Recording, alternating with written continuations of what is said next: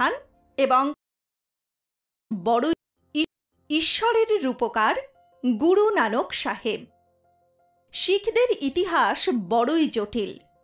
শিখ ইতিহাসের সাথে জড়িত নামগুলি আমাদেরকে অনেকটাই স্বস্তি প্রদান করেছে, তবে এর গভীরে লুকিয়ে ছিল একাধিক রহস্যাবৃত তথ্য। গুরু নানকের জন্ম এবং পরবর্তী জীবন রহস্যকে খুঁজে বার করা সত্যিই খুব কঠিন। আমরা একাধিক পুঁথি পড়েও হয়তো সেই মহাসমুদ্রের খোঁজ লাগাতে পারবো না। নানকের সাথে জড়িয়ে থাকা এই সকল রহস্যের সূত্রপাত হয়েছিল কোথায়, সেটা জানতেই আজকের এই বৃত্তান্তটি আপনাদের সামনে তুলে ধরতে চলেছি আমি আরজে প্রাচী। নানক কে ছিলেন? এই বিষয়টি নিয়ে সমালোচনার কিন্তু শেষ নেই। কেউ বলেছেন তার নাকি কোনো অস্তিত্বই ছিল না, আবার কেউ কেউ বলেন তিনি নাকি ধর্মের অর্থাৎ শিখ ধর্মের প্রবর্তকই নন। এই আপেক্ষিক মত পার্থক্যের মধ্যে দিয়ে আমরা এগিয়ে চলেছি। তবে তিনি কতদিন জীবিত ছিলেন এবং তার অন্তর্ধানের রহস্যটাই বা কী ছিল, সেই বিষয়টি নিয়ে অনেক অজানা তথ্য উঠে এসেছে আজকের আলোচনায়। জানা অজানার এই ভিড়ে আমরা শিখদের সেই আদি ইতিহাসের সঙ্গেও পরিচয় সাধন করতে পারব। সদর্থকভাবে গুরু নানকের উত্থান এবং বিবর্তনের এই ইতিহাসটির মধ্যে দিয়ে আমাদেরকে এগিয়ে যেতে হয়েছে। তাহলে চলুন জেনে নেওয়া যাক সেই রহস্যময় মানুষটিকে এবং তার সঙ্গে জড়িত অনেক অজানা ইতিহাসকে। আচ্ছা, এমন কেউ কি আছেন যিনি জগতের রূপকার নাকি পৃথিবীর রূপকার হিসাবেই নিজের ক্ষমতাকে প্রতিস্থাপিত করতে পারেন? ঈশ্বর চিন্তায় মগ্ন থাকেন যিনি, তিনি নাকি এই বিশ্বের ইতিহাসকে রূপান্তরিত করতে পারেন? দেশ, জাতি, ধর্ম, বর্ণ এই সকল ভেদাভেদ না করে যিনি নিজেকে ঈশ্বরের আশীর্বাদ ধন্য বলেই মনে করেন এবং সকলের সামনে সেই রূপেই প্রকাশিত হয়েছেন, তার মধ্যে দিয়ে মানবজাতির উন্নতি এবং বিস্তারের পথ সূচিত হয়েছেন। তিনিই হলেন এই সুদৃঢ় মেলবন্ধনের রচয়িতা। এখানেই গোটা বিষয়টির সূত্রপাত। এই পৃথিবীর বুকে এমন অনেক মহাত্মারা এসেছেন যারা নিজেদের অন্তরের শক্তি দ্বারা মানুষকে প্রভাবিত করেছে, আর সেই প্রভাবটি মানুষের মনের অলিন্দে গ্রথিত হয়ে গেছে চিরকালের জন্য। এমনই এক ঈশ্বরের প্রভাব প্রতিম দূত হিসাবে মানব সমাজের বুকে আবির্ভূত হয়েছিলেন গুরু নানক সাহেব।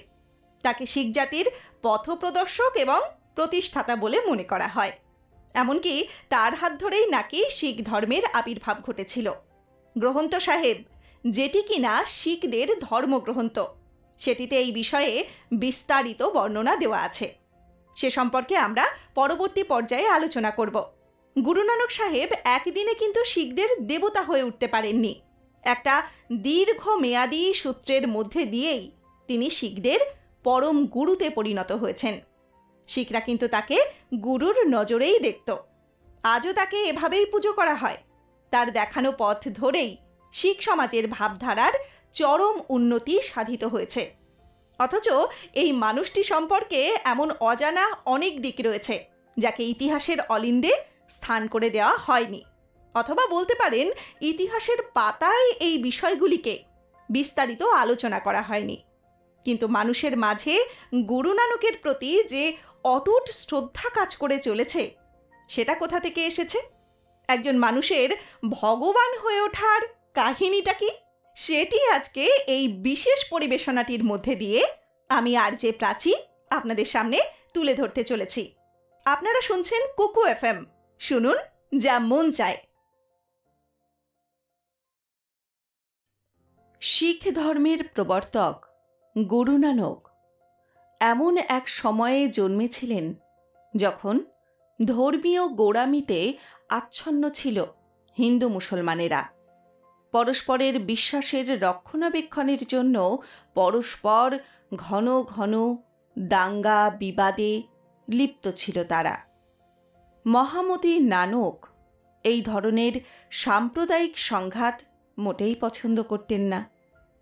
গুরু নানক চাইতেন ধর্ম বিশ্বাস এবং ধর্ম পালনের ক্ষেত্রে সবাই সংযম, সহিষ্ণুতা এবং উদার মনোভাবের পরিচয় দিক। গুরু নানক হিন্দু মুসলমান উভয় সম্প্রদায়ের কাছেই এক ঈশ্বরের কথা প্রচার করতেন। তিনি তার সমসাময়িক সমাজের ধর্মীয় জীবনে প্রচলিত সব ধরনের আচার অনুষ্ঠান, উৎসবাদি কুসংস্কারগুলো এবং ভণ্ডামি গোঁড়ামিকে নিন্দা করতেন। গুরু নানক সবচেয়ে বেশি গুরুত্ব আরোপ করতেন সত্যবিশ্বাস, সরলতা এবং জীবনের পরিচ্ছন্নতার সঙ্গে সঙ্গে ধর্মীয় সহিষ্ণুতায়। নানক হিন্দু মুসলমানের ঐক্যের উপরে বিশেষ জোর দিতেন। ইসলাম ও হিন্দু ধর্মের মূল ও প্রয়োজনীয় উপদেশগুলো গ্রহণ করে তিনি একটি নতুন ধর্ম প্রবর্তন করেন। গুরু নানক এই নতুন ধর্মের নাম রাখেন শিখ ধর্ম। শিখ ধর্মের মূল দর্শনই হল ভালোবাসা এবং সাম্য। শিখ ধর্মের অনুযায়ী চুল এবং দাড়ি কাটে না, হাতে বালা পরে, মাথায় পাগড়ি পরে। গুরু নানক জাতিভেদ মানতেন না। সকল মানুষকেই তিনি ঈশ্বরের সন্তান বলেই বিশ্বাস করতেন। জাতি ধর্ম প্রসঙ্গে তিনি প্রায়শই বলতেন, ঈশ্বর মানুষের জাতি দেখে না, ধনী দরিদ্র দেখে না। গুরু নানকের চোখে সকলেই সমান। তিনি মানুষকে বিচার করেছেন তার কর্মের দ্বারা। মানুষ যেমন কাজ করে তেমনই ফল ভোগ করে। কর্মের নামে কুসংস্কার, গোঁড়ামি, বাহ্যিক আচার অনুষ্ঠানের আড়ম্বর এসবকে তিনি নিন্দা করতেন। গুরু নানক ছিলেন শিখ ধর্মের প্রবক্তা এবং এই ধর্মের প্রথম গুরু। প্রতি বছর কার্তিক পূর্ণিমা তিথিতে তার জন্মোৎসব পালিত হয়। গুরু নানক বহু স্থানে ভ্রমণ করে মানুষের মধ্যে এক ঈশ্বরের মতবাদ প্রচলন করেন। তিনি সমতা, ভ্রাতৃত্ব এবং সদাচরণের উপর নির্ভর করে একটি অনন্য ধর্মীয়, সামাজিক এবং রাজনৈতিক ব্যবস্থা প্রচলন করতে সক্ষম হয়েছিলেন। শিখ ধর্মে বিশ্বাস করা হয়ে থাকে যে পরবর্তী শিখ গুরুদের গুরু পদ লাভের সময় তাদের মধ্যে গুরু নানকের ঐশ্বরিক ক্ষমতা, ধর্মীয় কর্তৃত্ব এবং পবিত্রতা প্রবাহিত হয়ে থাকে। ধর্মগুরু নানকের জন্ম হয় 1469 খ্রিস্টাব্দে। বর্তমানে পাকিস্তানের অন্তর্গত পশ্চিম পাঞ্জাবের লাহোরের নিকটবর্তী তালওয়ান্দি গ্রামে। তার পিতার নাম মেহতা কন্যানবাই। লোকে তাকে মেহতা কালু বলে ডাকত। নানকের মায়ের নাম ত্রিপতা। মেহতা কালু ছিলেন একজন সম্পন্ন চাষী, তাছাড়া একজন মুসলমান রাজপুত যিনি জমিদারের সম্পত্তি তদারক করতেন। বাল্যকালেই ধর্মগুরু নানকের মধ্যে প্রবল আধ্যাত্মিক ভাবের প্রকাশ দেখা যায়। তার সমবয়সী ছেলেরা যখন খেলা করত তখন দেখা যেত গুরু নানক নির্জনে একাকী বসে আছেন। সবসময়ই তার মধ্যে কেমন একটা উদাস ভাব, যেন বিশ্ব সংসারের যাবতীয় সমস্যা গুরু নানক মাথায় ভর করে আছেন। তালওয়ান্দি গ্রামের কাছাকাছি অরণ্যে ছিল বিভিন্ন সম্প্রদায়ের সাধুদের আস্তানা। 5 বছর বয়স থেকেই নানক সেখানে যাতায়াত শুরু করেন। জীবন, মৃত্যু প্রভৃতি বিষয়ে সাধুদের গূঢ় আলোচনা তিনি মন দিয়ে শুনতেন। এমন ছেলেকে নিয়ে পিতামাতার দুশ্চিন্তা হওয়াই স্বাভাবিক। মেহতা কালু এবং ত্রিপতার মনেও শান্তি ছিল না। একমাত্র সন্তান, সে এমন আত্মভোলা হয়ে ঘুরে বেড়াচ্ছে, কোন বাবা মায়েরই ভালো লাগে। কালুর মনে হলো লেখাপড়া করলে সব ঠিক হয়ে যাবে। এই ভেবে তিনি ছেলেকে ভর্তি করে দিলেন গ্রামের পাঠশালায়। নানকের তখন 6 বছর বয়স। পাঠশালার শিক্ষক ছিলেন গোপাল পণ্ডিত। তিনি যা পড়াতেন নানক চুপচাপ শুনতেন, কোনো জবাব দিতেন না। একদিন পণ্ডিত জিজ্ঞাসা করলেন, তুমি কোনো কথা বলো না কেন? কিছুই কি বুঝতে পারো না? শিশু নানক জবাব দিলেন, এসব কথা শুনতে আমার ভালো লাগে না। পণ্ডিত জানতে চাইলেন, তবে তোমার কি কথা শুনতে ভালো লাগে? নানক বললেন, ধর্মের কথা, ঈশ্বরের কথা। ওইটুকু ছেলের মুখে এমন অদ্ভুত কথা শুনে গোপাল পণ্ডিত চমৎকৃত হলেন। তিনি তার সহজাত বুদ্ধি দিয়ে অনুভব করলেন, এই শিশু অনন্য সাধারণ। ভবিষ্যতে নানক একদিন নিশ্চয়ই একজন বড় সাধক হবে। গোপাল পণ্ডিত নানকের প্রতি যত্নবান হলেন। নিজের যেটুকু জ্ঞান ছিল তাই উজাড় করে দিলেন নানককে। নানকের সঙ্গে তিনি নানা বিষয়ে আলোচনা করতেন, ধর্মগ্রন্থ পাঠ করে তাকে শোনাতেন। পরবর্তীকালে নানক গোপাল পণ্ডিতের কথা শ্রদ্ধার সঙ্গে উল্লেখ করতেন। গোপাল পণ্ডিতের পাঠশালায় নানক মাতৃভাষা ছাড়াও অল্প কিছু ফার্সি ভাষাও শিখেছিলেন। পাঠশালার পড়া শেষ হলে কালু নানককে সংস্কৃত শিক্ষার জন্য বৃজনাথ শর্মা নামে এক পণ্ডিতের কাছে পাঠালেন। কিন্তু সেখানে গিয়ে দেখা গেল পাঠ্য বিষয়ে কোনো আগ্রহ নেই নানকের। ঈশ্বর, ধর্ম, আধ্যাত্মিক বিষয় নিয়ে তিনি গুরুকে নানা প্রশ্ন করেন। বালক ছাত্রের মুখে এই সমস্ত গুরুগম্ভীর প্রশ্ন শুনে বৃজনাথ শর্মার ধারণা হল, পড়াশোনায় ফাঁকি দেওয়ার মতলবেই নানক এসব বড় বড় প্রশ্ন করছে। ছেলের লেখাপড়া শেখার আদেও কোনো ইচ্ছা নেই। পণ্ডিত বৃজনাথের কথা শুনে কালু হতাশ হয়ে পড়লেন। পড়াশোনাতে ছেলের যখন আগ্রহ নেই তখন চেষ্টা করা বৃথা। তিনি ঠিক করলেন পাঠশালায় না পাঠিয়ে নানককে বাড়ির গরু ছাগল চড়াবার কাজে লাগিয়ে দেবেন। এবার সানন্দে রাজি হলেন নানক। পাঠশালায় যাওয়ার পরিবর্তে তিনি প্রতিদিন সকালে গরু ছাগল নিয়ে মাঠে চলে যেতেন। বাড়ির পাশেই ছিল বিস্তৃত প্রান্তর। সেখানে পোষা জন্তুগুলিকে ছেড়ে দিয়ে একটা গাছতলায় বসে তিনি বিশ্রাম করতেন। বসে থাকতে থাকতে প্রায় সময়েই ঘুমিয়ে পড়তেন। একদিন ঘুমিয়ে পড়েছেন, এদিকে তার গরুগুলো ঘুরতে ঘুরতে একজনের শস্য খেতে ঢুকে পড়েছে।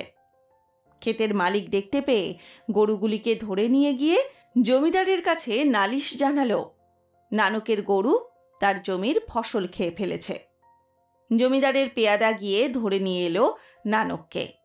নানক জমিদারকে বললেন, আমার গরু কোথাও জমির ফসল নষ্ট করেনি। নানকের কথা শুনে জমির মালিক প্রবল প্রতিবাদ জানাতে থাকল। তখন জমিদারের লোকজনকে পাঠানো হলো ক্ষেতের অবস্থা দেখতে। তারা গিয়ে দেখে নানকের কথাই সত্য, জমির ফসল যেমন ছিল তেমনই আছে। ক্ষেতের মালিকও বিস্ময়ে হতবাক। এই ঘটনার মধ্য দিয়েই নানকের অন্তর্নিহিত আধ্যাত্মিক শক্তির প্রথম প্রকাশ ঘটে। লোকের মুখে মুখে নানকের অলৌকিক শক্তির কথা সারা গ্রামে ছড়িয়ে পড়ল। যে মাঠে এই ঘটনাটি ঘটেছিল সেখানে পরবর্তীকালে স্থাপিত হয়েছে একটি শিখ উপাসনালয়, গুরুদুয়ারা। তার নাম রিয়াম সাহেব। কিছুদিন পরেই আরও একটি ঘটনা ঘটে। সেদিনও মাঠে গরু ছেড়ে দিয়ে নানক গাছতলায় ঘুমিয়ে পড়েছিলেন। পড়ন্ত বেলার রোদ এসে পড়েছে তার মুখে। গ্রামের জমিদার রাইবুলার কি কাজে সেই সময় যাচ্ছিলেন সেই পথ দিয়ে। যেতে যেতে হঠাৎ এক অদ্ভুত দৃশ্য দেখে তিনি বিস্ময়ে অভিভূত হয়ে পড়েন। রাইবুলার দেখেন এক বিষধর সাপ নানকের মাথার কাছে রোদ আড়াল করে ফনা তুলে রয়েছে। তার পায়ের শব্দ পেয়ে আস্তে আস্তে সাপটি চলে গেল। তিনি বুঝতে পারলেন নানক সাধারণ মানুষ নন। এই ছেলে নিশ্চয়ই কোনো ঈশ্বর ভক্ত মহাপুরুষ। সেদিন থেকেই জমিদার রায়বুলার নানককে খুব শ্রদ্ধা করতেন। বয়স বাড়ার সঙ্গে সঙ্গে ঘর সংসারের প্রতি নানকের উদাসীনতাও বাড়তে লাগল। প্রায়ই দেখা যেত তিনি নির্জনে ধ্যানস্থ হয়ে বসে আছেন। গায়ে কোনো সাধু সন্ন্যাসী এলে তিনি তাদের কাছে গিয়ে ঈশ্বরের কথা, ধর্ম উপদেশ মন দিয়ে শুনতেন। ছেলের উদাসীন ভাব দেখে কালু চিন্তায় পড়লেন। ভাবলেন বিয়ে দিলে ছেলেকে সংসারী করা যাবে, কিন্তু তার আগে তো একটা কাজকর্ম দরকার। সেই সময় জমিদারি সেরেস্তায় কাজকর্ম পেতে হলে ফার্সি ভাষা জানতে হতো। কালু নানককে ফার্সি ভাষা শেখাবার জন্য একজন মৌলবীর স্কুলে ভর্তি করিয়ে দিলেন। তখন তার বয়স 12 বছর। কিন্তু এখানেও সেই ঈশ্বরের কথা আর ধর্মের কথা। ফার্সি ভাষা শেখাও মাঝপথে ইস্তফা দিতে হল। জয়রাম নামে নানকের এক ভগ্নিপতি ছিলেন, সুলতান দৌলত খাঁ লোদির দেওয়ান। তার চেষ্টায় শেষ পর্যন্ত উদাসী নানকের কাজকর্মের ব্যবস্থা একটা হল। সুলতান তাকে গুদামঘর দেখাশোনার কাজে নিয়োগ করলেন। সময়টা তখন 1486 খ্রিস্টাব্দ। নানকের কাজ ছিল সারাদিন গুদামে কত মাল আনা নেওয়া করা হতো তার একটা হিসাব রাখা। নানক এই কাজ নিষ্ঠার সঙ্গেই করতে লাগলেন। গরিব দুঃখী মানুষ দেখলেই তার মন কাতর হয়ে পড়ত। মাঝে মাঝে তিনি তাদের গুদাম থেকে চাল ডাল দান করতে শুরু করলেন। নিজেও যা বেতন পেতেন তার বেশিরভাগটাই গরিব দুঃখী মানুষের মধ্যে বিলিয়ে দেওয়া শুরু করেন। এদিকে বিষয়কর্মে নানকের মন বসছে দেখে তার বাবা মা এক শুভ দিন দেখে নানকের বিয়ে দিলেন। নানকের স্ত্রীর নাম সুলক্ষণী। পরবর্তীকালে নানক শ্রীচাঁদ এবং লক্ষ্মীদাস নামে 2 সন্তানের জনকও হন। সংসারের সব কাজকর্মের মধ্যেও নানকের মন সর্বদা ঈশ্বর চিন্তায় ডুবে থাকত। সারাদিন কাজের শেষে রাতে তিনি নিভৃতে ঈশ্বর চিন্তায় মগ্ন হতেন। ক্রমেই তিনি তার অন্তরে ঈশ্বরের উপলব্ধি করতে শুরু করলেন। তিনি বুঝতে পারলেন সংসারের ক্ষুদ্র গণ্ডির মধ্যে তাকে আবদ্ধ থাকলে চলবে না। মানুষের কল্যাণের জন্য তাকে কাজ করতে হবে। ঈশ্বর তাকে সেই কাজের জন্যই এই ধরাধামে পাঠিয়েছেন। এরপর থেকে তিনি সংসার বন্ধন ধীরে ধীরে শিথিল করতে শুরু করলেন। একদিন সুলতানের চাকরিও ছেড়ে দিলেন। এখন অফুরন্ত অবসর। সারাদিন ঈশ্বরের নামগান আর ঈশ্বর প্রসঙ্গের মধ্যেই নিজেকে ডুবিয়ে রাখলেন। দিনকতক পরে কালু নানকের হাতে কিছু টাকা দিয়ে কিছু মাল কিনতে বাজারে পাঠালেন। তার সঙ্গে পাঠানো হলো বাড়ির চাকর বালাকে। কালু ভাবতেন এভাবে কিছুদিন মালপত্র সওদা করতে করতে নানকের মন ব্যবসার দিকে ঝুঁকবে। শহরের পথে যেতে যেতে চুহারবানাগঞ্জের কাছে একদল সাধুকে দেখে দাঁড়িয়ে পড়লেন নানক। সাধুদের সঙ্গে কথা বলে তিনি জানতে পারলেন সাধুরা 3-4 দিন উপবাসী রয়েছেন। নানক ব্যাকুল হয়ে তখনই ছুটলেন দোকানে। সঙ্গের সব টাকা খরচ করে সাধুদের তৃপ্তি করে খাওয়ালেন। বালা তাকে বারণ করার চেষ্টা করল, কিন্তু নানক কোনো কথাই শুনলেন না। ছেলেকে খালি হাতে বাড়ি ফিরতে দেখে কালু কারণ জানতে চাইলেন। নানক বাবার কাছে কোনো কথা গোপন করলেন না।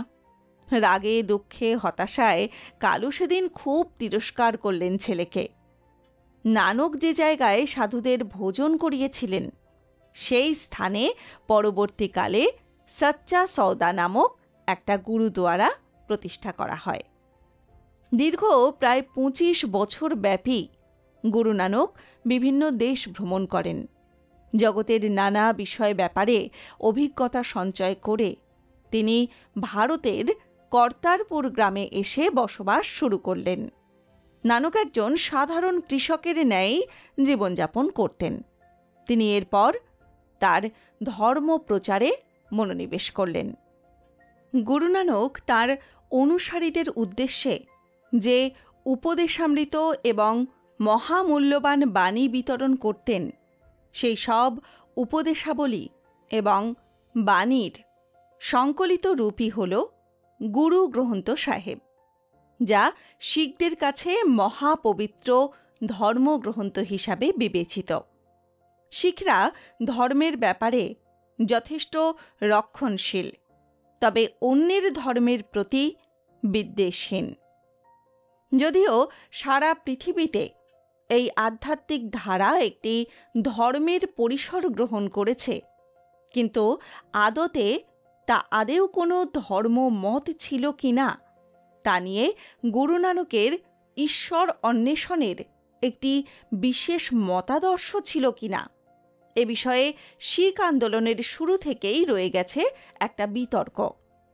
অনেকে মনে করেন আদি শিখ ধারা ইসলামী সুফিবাদ এবং ভারতীয় মরমী এবং অতীন্দ্রিয়বাদী দর্শনের একটা সমন্বিত ধারা, যার মূল স্রোত হচ্ছে ভারতের 1500 শতকের ভক্তি আন্দোলন।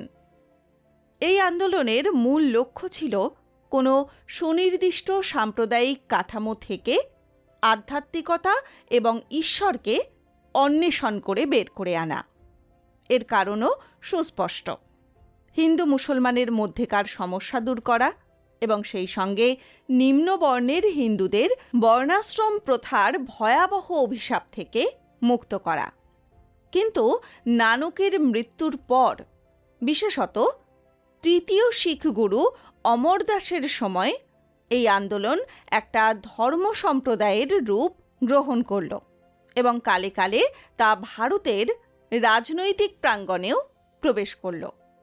পঞ্চম গুরু অর্জুনের অমৃতসরে হরিমন্দির সাহিব প্রতিষ্ঠার মাধ্যমে শিখ ধারা একটা প্রাতিষ্ঠানিক ধর্মের অবয়ব লাভ করল। তিনি গুরু গ্রন্থ সাহিত্যের প্রথম সংকলকও ছিলেন। মোগল সম্রাট জাহাঙ্গীর পঞ্চম গুরুকে হত্যার পর শিখ ধর্ম সামরিক চরিত্র গ্রহণ করতে বাধ্য হল এবং শেষ মানুষ গুরু গোবিন্দ সিং খালসা আন্দোলন প্রতিষ্ঠার মাধ্যমে এই চরিত্রকে চূড়ান্ত প্রাতিষ্ঠানিক আদল দিয়ে দিলেন। এই প্রবন্ধে শিখ মতাদর্শ এবং ধর্মের এই গুরুত্বপূর্ণ ঐতিহাসিক দিকগুলিকে নির্মোহভাবে বোঝানোর চেষ্টা করা হয়েছে এবং বিভিন্ন ঐতিহাসিক কাল পর্বে তার বিবর্তন ব্যাখ্যা করার চেষ্টা করা হয়েছে। মহাপুরুষেরা মানবজাতির কল্যাণের জন্য ধর্ম সম্প্রদায় সৃষ্টি করেন। তা থেকে আমরা সম্প্রদায়টাই নিই, ধর্ম আর নিই না। এই কথা বলেছিলেন কবিগুরু রবীন্দ্রনাথ ঠাকুর। যে কোনো ধর্ম বা মতাদর্শের নির্মোহ পর্যালোচনার জন্য তার উত্থানের ঐতিহাসিক কালপর্ব এবং তার উৎপত্তি স্থলের বিচার জরুরি। স্বাভাবিকভাবেই আমরা শিখ ধর্মের পর্যালোচনার ক্ষেত্রেও তার ব্যতিক্রম করব না। প্রায় সর্বসম্মতভাবেই বলা চলে, শিখ মতাদর্শের আদি প্রবক্তা, আধ্যাত্মিক সাধক এবং অতীন্দ্রিয়বাদী মানুষ হলেন গুরু নানক। তার মাতার নাম ছিল তৃপ্তা। শিখরা তাকে মাতা তৃপ্তা নামে ডাকেন। বেদী পদবী থেকে বোঝা যায় নানকের পরিবার হিন্দু ক্ষত্রিয় গোত্রের অন্তর্ভুক্ত ছিলেন। তার পাঞ্জাবের জাট গোষ্ঠীভুক্তও ছিলেন, যদিও তার পিতা পেশাগতভাবে ছিলেন স্থানীয় পাটোয়ারি বা হিসেব রক্ষক। নানকের এক বোন ছিল, যার নাম ছিল নানকী। তিনি নানকের চেয়ে বছর 5 বড় ছিলেন এবং তার বিয়ে হয়েছিল সুলতানপুর নিবাসী জয়রামের সঙ্গে, যিনি একটি গুদামের পাহারাদার ছিলেন। নানক তার বোনের সঙ্গে থাকতে শুরু করলে জয়রাম তাঁকেও একটি গুদাম পাহারার চাকরি পাইয়ে দেন। নানক সম্পর্কিত এসব তথ্য জানা যায় শিখদের রচিত তার জন্ম বৃত্তান্ত সমূহে, অর্থাৎ জনম সাক্ষীগুলোতে, যার মধ্যে সবচেয়ে বড়টির নাম গুরু নানক প্রকাশ। এতে ৯,৭০০টি পঙ্ক্তি আছে। এর ধারাবাহিকতায় সুরাজ প্রকাশ লিখিত হয়, যেটিকে গুরু প্রতাপ সুরাজ গ্রন্থ এই নামে জানা যায়। সান্থক সিং এটি রচনা করেন এবং আনুমানিক 1843 সালে তা প্রকাশিত হয়। প্রথম জনম সাখীর রচনাকার গুরু নানকের আজীবন সঙ্গী ভাই বালা, যার প্রকৃত নাম ছিল তালবন্দি রায় ভাই। তিনি সপ্তদশ শতাব্দীতে এটি রচনা করেন। সমস্যা হল ভাই বালার ঐতিহাসিক অস্তিত্ব নিয়ে, কারণ শিখ ধর্মের সবচেয়ে নির্ভরযোগ্য ঐতিহাসিক ভাই গুরুদাস গুরু নানকের শিষ্যদের তালিকা করেছিলেন, কিন্তু সেই তালিকায় ভাই বালার কোনো নাম নেই। অন্য জনম সাখীগুলোতেও ভাই বালার কোনো হদিশ পাওয়া যায় না। অথচ শিখ সমাজে প্রথম জনম সাখীটি সবচেয়ে জনপ্রিয়। অথচ শিখি উইকি লিখেছেন ভাই বালা লিখিত জনম সাখীর নাম ভাই বালে ভাই জনম সাখী, যিনি দ্বিতীয় গুরু অঙ্গদের সময় 1592 সালে এটি রচনা করেন। সান্তোখ সিং এটির অনুকরণে যে জনম সাখী রচনা করেন তাই আদতে গুরু নানক প্রকাশ। এরই ধারাবাহিকতায় দশম গুরু পর্যন্ত নিয়ে সুরাজ প্রকাশ লেখা হয় এবং তা শেষ হয় 1844 সালে। কিন্তু যেখানে বলা হয়নি সুরাজ প্রকাশের রচনাকারও একই ব্যক্তি, অর্থাৎ সান্তোখ সিং কিনা। অবশ্য ঢাকা বিশ্ববিদ্যালয়ের মধ্যস্থিত গুরুদুয়ারা নানক শাহীর এবং বাংলা বাজারস্থ গুরুদুয়ার সাঙ্গাত টোলার গ্রন্থি গুরু গোবিন্দ সিং লেখককে জানিয়েছেন যে সুরাজ প্রকাশ কোনো জনম সাক্ষী নয়। তিনি বলেন যে কোনো শিখ ধর্ম সম্পর্কিত রচনায় গুরু নানক সম্পর্কিত বয়ানে তার জন্মবৃত্তান্ত থাকলেই তা যে জনম সাক্ষী হবে এর কোনো কথা নেই। মজার ব্যাপার হলো গুরু গোবিন্দর সিংয়ের পরবর্তী সময়ে যিনি গ্রন্থি হয়েছেন সেই কমলজিৎ সিং আবার সুরাজ প্রকাশকে জনম সাক্ষী হিসাবে মান্যতা দেন।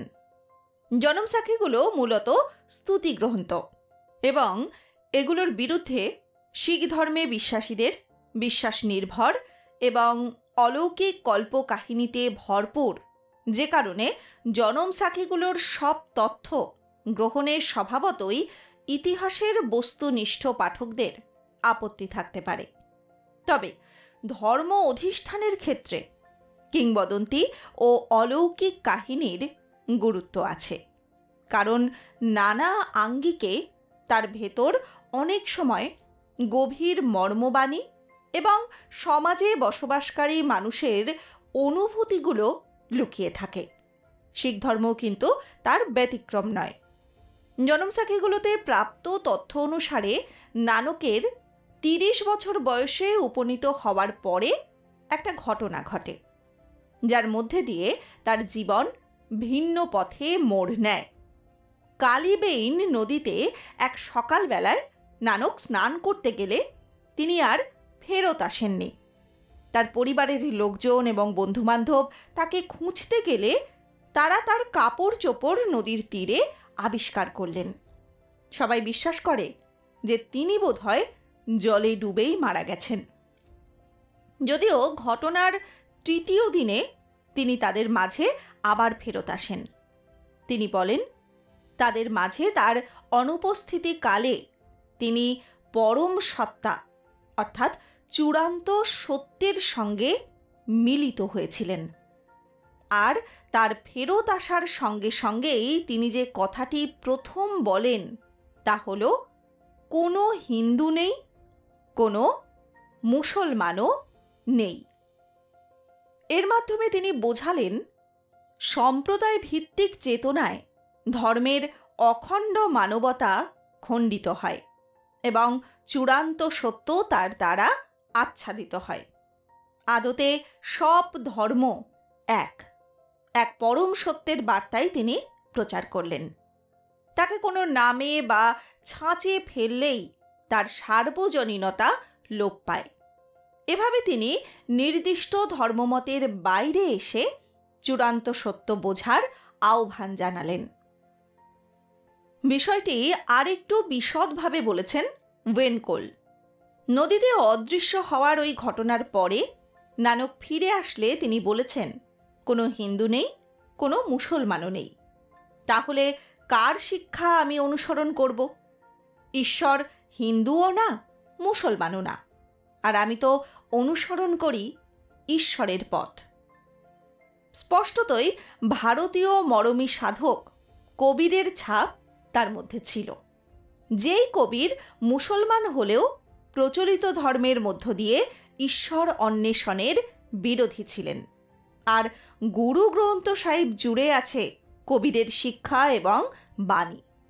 এই কবির বলেছিলেন, যদি ঈশ্বর মসজিদে থাকেন তাহলে জগৎ কার কাছে থাকে, এবং হরি পূর্বে থাকেন না, খোদাও পশ্চিমে থাকেন না, তারা একজনই, যিনি থাকেন মানুষের হৃদয়ে। নানকেরও আধ্যাত্মবাদের মর্মবাণী তার মাতৃভাষা পাঞ্জাবিতে ইকওয়ান কা সাতনাম, অর্থাৎ পরম সত্তা একজনই, সত্য তার নাম। এর অর্থ শিখ ধারা কঠিন একেশ্বরবাদী এবং অদ্বিতীয়বাদী, যার ঈশ্বরের নাম আকাল পুরুষ, অর্থাৎ তিনি সেই পুরুষ বা পরমেশ্বর, কাল যার উপর কোনো প্রভাব বিস্তার করতে অক্ষম। স্থানিকতাও তাকে সীমাবদ্ধ করতে পারবে না। তারপরেও তিনি জগৎ রূপে প্রকাশিত। ফলে এটি একটি সর্বেশ্বরবাদী ধর্মও বটে। কিন্তু শিখ মতে ঈশ্বরের ব্যাপ্তি জগতের আরও অনেক অধিক।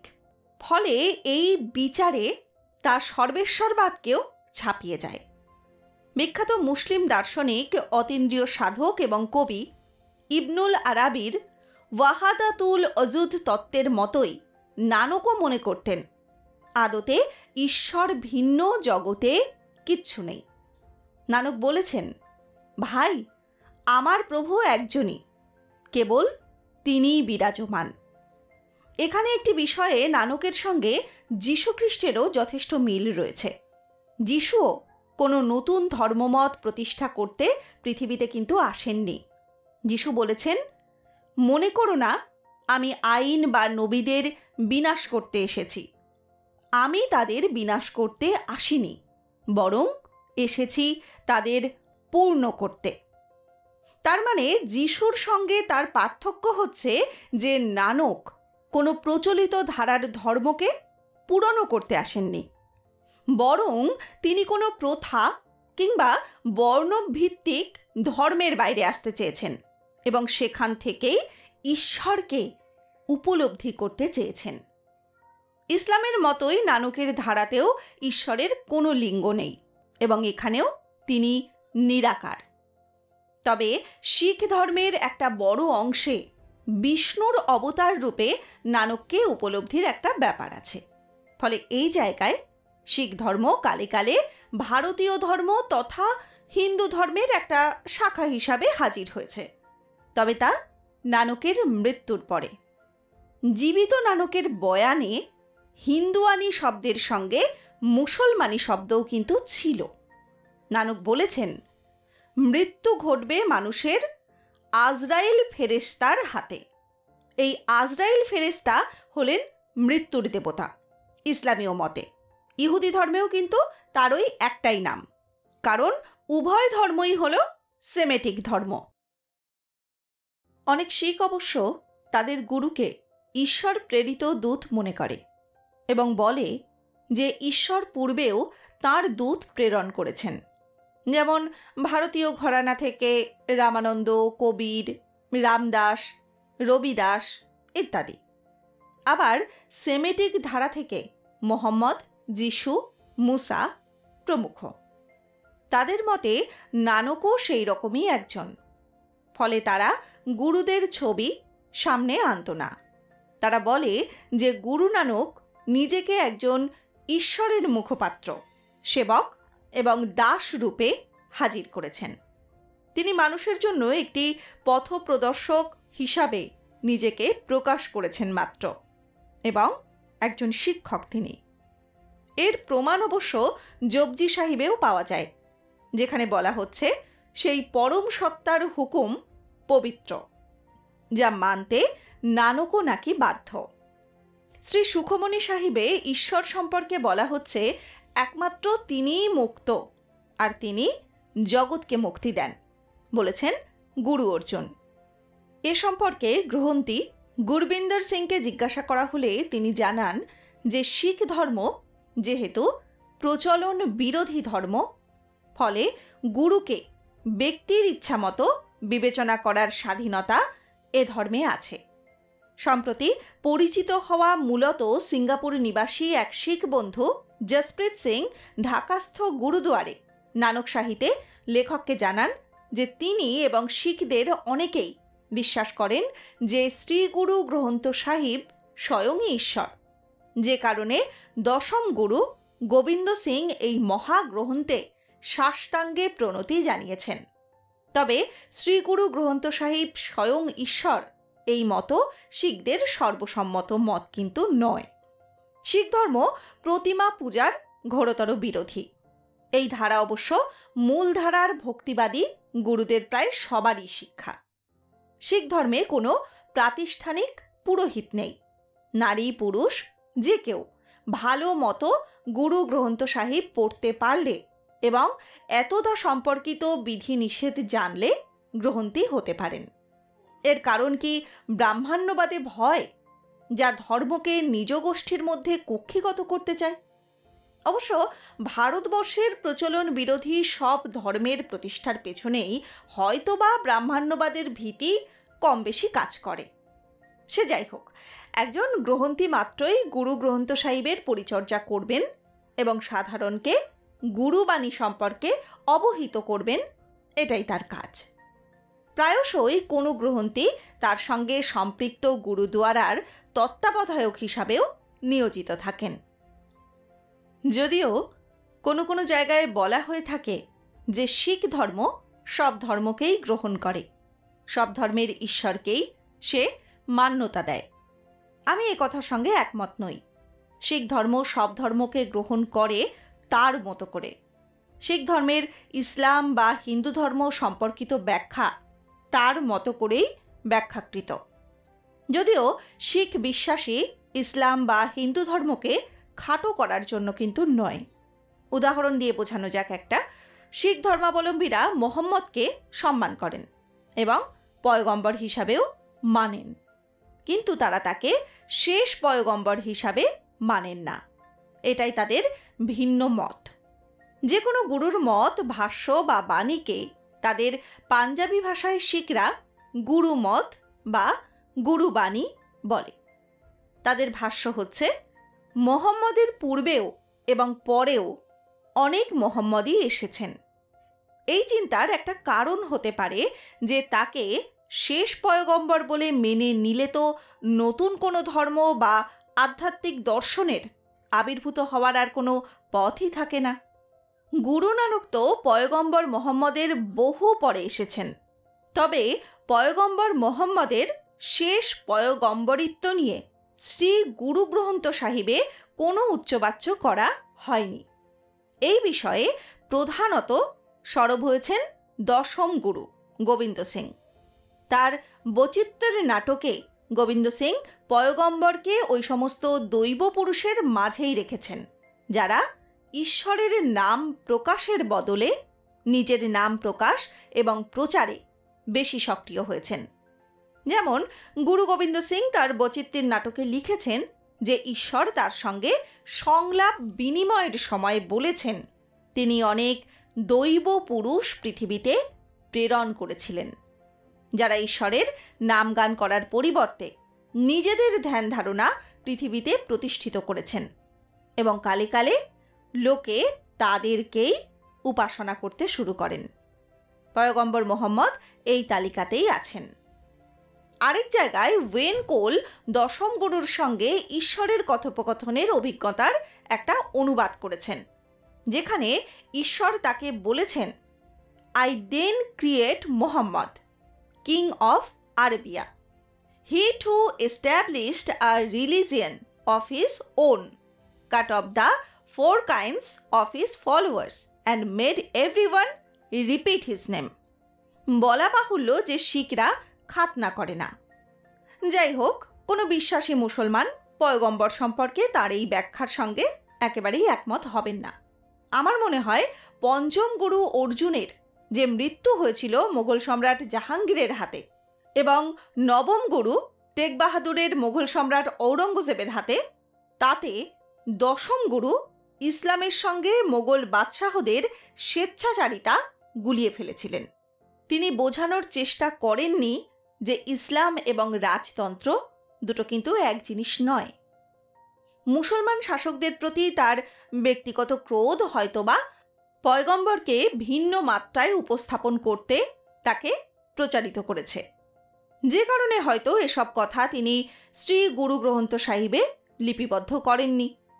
শেষ বিচারে এগুলো বিভেদের কারণ হতে পারে, এই উপলব্ধি হয়তো তার কাছে ছিল। আরও অনেক পরে 1904 সালে লিখিত তার একটা অনুগামী সেবারাং সিংহের এক একক বইতে আমরা বক্তব্য পাই কিছুটা সমন্বয়বাদী ঢঙে। সেখানে বলা হচ্ছে, পয়গম্বর মোহাম্মদের শেষ পয়গম্বর হওয়ার দাবিটি ঠিকই ছিল, কিন্তু সেটি সেমেটিক জাতিগোষ্ঠী সমূহের জন্যই। অবশ্য সর্বকালে তার কর্ম পরিধির জায়গাটা সেবারাম সিং স্বীকার করে নিয়েছেন। অন্যদিকে দশম গুরু গোবিন্দ সিং বিষ্ণু, ব্রহ্মা এবং শিবকে এবং সেই সঙ্গে গোরক্ষনাথ এবং রামানন্দকে একই কাতারে ঈশ্বরের দূত বানিয়ে ছেড়েছেন, যেটিও প্রচলিত ধারার কোনো হিন্দুরা মেনে নেবে না। কারণ ব্রহ্মা, বিষ্ণু, মহেশ্বর হিন্দু ধর্মের প্রধান তিনজন দেবতা, যাদের মধ্যে হিন্দু ত্রয়ীবাদ গড়ে উঠেছে এবং এই তিনজন একাধারে সমস্ত জগতের সৃষ্টিকর্তা, পালনকর্তা এবং বিনাশকর্তা। অন্যত্র রামচন্দ্রের সঙ্গে তার রক্ত সম্পর্ক আবিষ্কারের মধ্যে দিয়ে গোবিন্দ সিং প্রথম যুগের শিখ গুরুদের জাতপাত বিরোধী যে শিক্ষা, তা থেকে সাধারণ শিখদের হয়তো নিজের অজান্তেই কিছুটা বিচ্যুত করেছেন। এখন যে অনেক শিখ জাতপাতের বিচার করে, বিয়েও করে জাতকুল দেখে, আর ওয়েনকোলেও যার কঠোর সমালোচনা করেছেন, তার ভূত কি শিখদের কাঁধে দশম গুরু থেকেই সওয়ার হয়েছিল? প্রশ্নটা কিন্তু ভাববার মতো। নানক ধর্মসমূহের মধ্যেকার নানান রীতিনীতি এবং পদ্ধতিকে ঈশ্বর প্রাপ্তির মূল অনুষঙ্গ মনে করতেন না, বরং তিনি মনে করতেন প্রকৃত মুসলমান বা হিন্দু হওয়া সহজ নয়। পুরোহিত ও মৌলানারা ধর্মকে টোপ হিসেবে ব্যবহার করে তাদের সামাজিক, অর্থনৈতিক এবং রাজনৈতিক স্বার্থকে চরিতার্থ করে। ফলে রীতিনীতি ধুয়ো তুলে নয়, ঈশ্বরকে একান্ত মনে গভীরভাবে ডাকতে হবে। সেই জন্যই নানক প্রচলিত ধারার ধর্মবিশ্বাসের অনুগামী ছিলেন না, বরং তিনি ছিলেন একজন গভীর অতীন্দ্রিয়বাদী সাধক। তিনি মানুষের আত্মিক পরিশুদ্ধিকেই বেশি গুরুত্ব দিয়েছেন। তিনি বলেছেন, লক্ষ লক্ষ চতুর কৌশল রয়েছে, কিন্তু পরিশেষে একটিও তোমার সঙ্গে যাবে না। শিখ ধর্ম মূলত গুরুমুখী ধর্ম, গুরুরাই এখানে সব। এটি মিথ্যা নয় যে সদ্গুরু হিসাবেই নানক ইসলাম ও হিন্দু ধর্মের মধ্যে একটা মেলবন্ধন করার উদ্যোগ নিয়েছিলেন। নানক প্রচলিত ধর্মের আঙিনার বাইরে এসে ঈশ্বরকে নিজের হৃদয়ঙ্গম করতে এবং অপরকে বোঝাতেও চেয়েছিলেন। তারপরেও শিখ ধর্ম কালে কালে একটি স্বতন্ত্র ধর্মের রূপ নিয়েছে। নানক যখন ঈশ্বরের নামগান করে এবং মানুষ সহ সব জীবের সেবার মাধ্যমে এবং মানুষের মধ্যে ধর্ম ও সম্প্রদায়ের ভেদাভেদ তুলে এক ঈশ্বরের সেবক রূপে সবাইকে সমান করলেন, তখন তার অনুসারীরা হিন্দু মুসলমানদের মধ্যে কোনো বিভেদ রাখলেন না।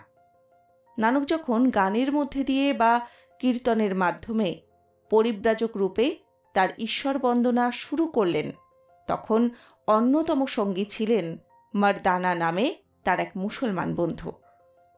নাম সিমরান বা মানুষের আত্মিক পরিণতি ও সামগ্রিক সত্য বোঝার এবং পরম সত্যকে উপলব্ধি ও আত্মস্থ করার যে সাঙ্গীতিক ধ্যান নানক করতেন, সেখানেও তিনি সবাইকে নিয়েই ধ্যানমগ্ন হতেন। তার ঈশ্বরের প্রতি উপলব্ধি ইসলামের একেশ্বরবাদী চিন্তা এবং হিন্দু ধর্মের উপনিষদের খুবই সমান্তরাল, যা মূল মন্তর নামে পরিচিত। এই মূল মন্তর নানকের শিক্ষা এবং ঈশ্বর উপাসনার সার সংক্ষেপ হিসাবেই স্বীকৃত, যেটি পঞ্চম গুরু অর্জুন নিজে লিপিবদ্ধ করেছিলেন। এটি শুরু হয়েছে ইক ওঙ্কার বা পরমেশ্বরের একত্বের ঘোষণা দিয়ে। গুরু গ্রন্থ সাহিবের সূচনা বাণীটিও এই মূল মন্ত্রই।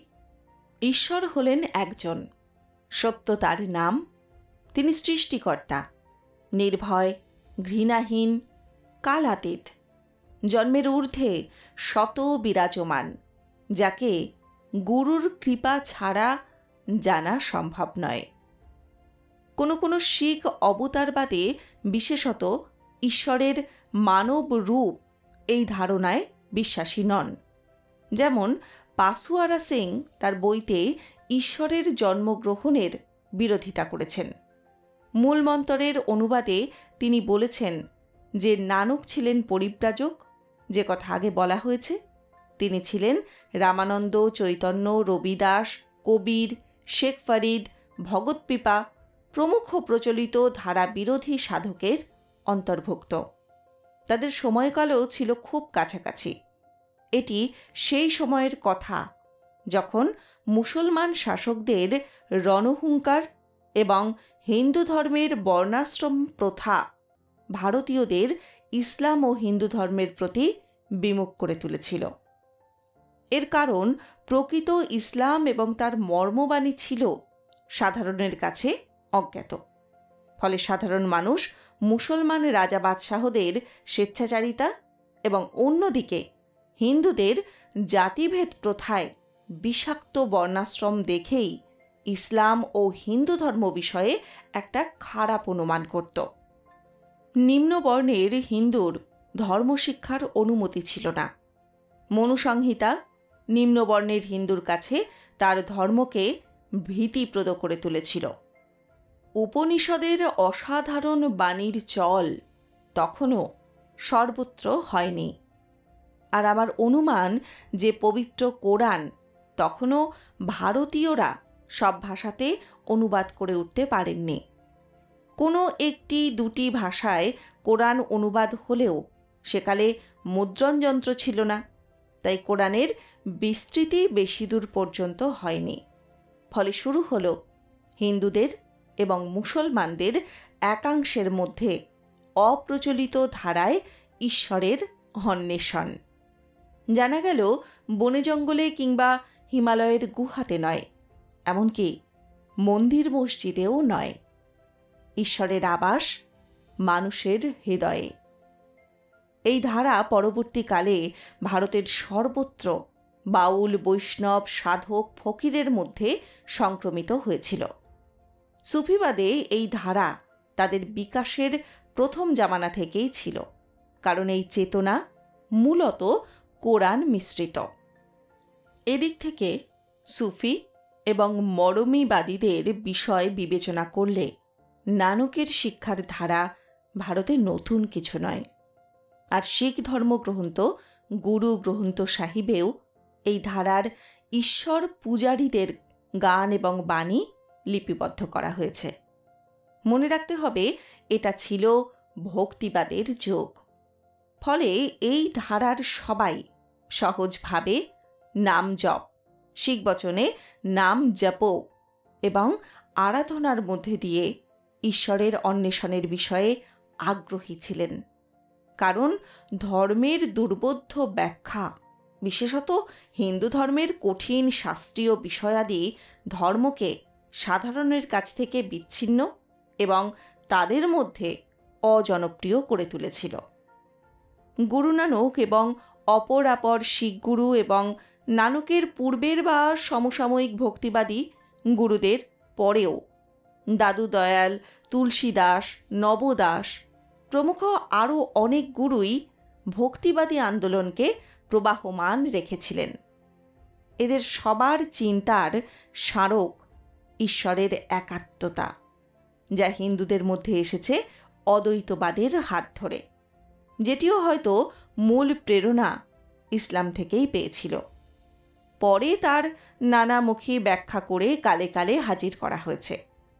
আর সুফিবাদের ধারায় ও মুসলমান অদ্বৈতবাদীদের মধ্যে এই একাত্মবাদের প্রেরণা এসেছে কোরআনে বিবৃত তাওহীদের হাত ধরে। পরে তাদের মধ্যে আদান প্রদান ঘটেছে শতাব্দীর পর শতাব্দী ধরে।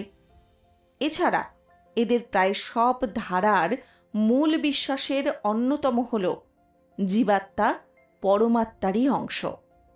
তবে ঈশ্বর একই সঙ্গে সগুণ, অর্থাৎ তিনি জগৎ জুড়ে তার সৃষ্টির মাঝে প্রকাশিত, এবং একই সঙ্গে নির্গুণ, অর্থাৎ নিরাকার ভক্তিবাদীদের এই চিন্তার ধারাবাহিকতা বোধহয় ইসলামীয় দার্শনিকদের একাংশের ওয়াহাদাতুল উজুর তত্ত্ব এবং সনাতন ধর্মাবলম্বীদের শ্রীমদ্ ভগবদ্গীতার বয়ান মিশ্রিত আকারেই হাজির হয়েছিল। এছাড়া এরা প্রায় সবাই ছিলেন মানুষের বানানো বিগ্রহের পূজার বিরুদ্ধে। সেকালে ভক্তিবাদের ধারা বুঝতে উদাহরণস্বরূপ রবিদাসের কথাই বলা যাক। রবিদাস নানকের সমকালীন ছিলেন। গুরু গ্রন্থ সাহিবেও তার অনেক ভজন বা স্তবগান লিপিবদ্ধ আছে। তিনি ছিলেন সমাজের অন্তজ এবং অচ্ছুত গোষ্ঠীর মানুষ, চর্মকার সম্প্রদায়ের লোক। নানকের মতো রবিদাসকেও নিয়ে একটি ধর্মমত প্রতিষ্ঠিত হয়, যাকে বলা হয় রাভিদাসী ধর্ম ইংরেজিতে।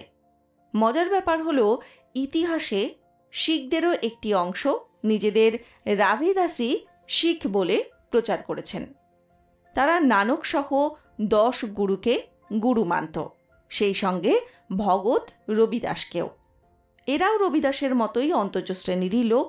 তারা চর্মকার, কিন্তু সাধারণ শিখরা রবিদাসকে সম্মান করলেও তাকে তারা গুরু বলে কখনোই মানেননি। অনেক রবিদাসী যে কারণে খ্রিস্ট ধর্ম গ্রহণ করেন এই ভেবে যে শিখ ধর্মও জাতপাত বিচারের ঊর্ধ্বে উঠতে পারেনি।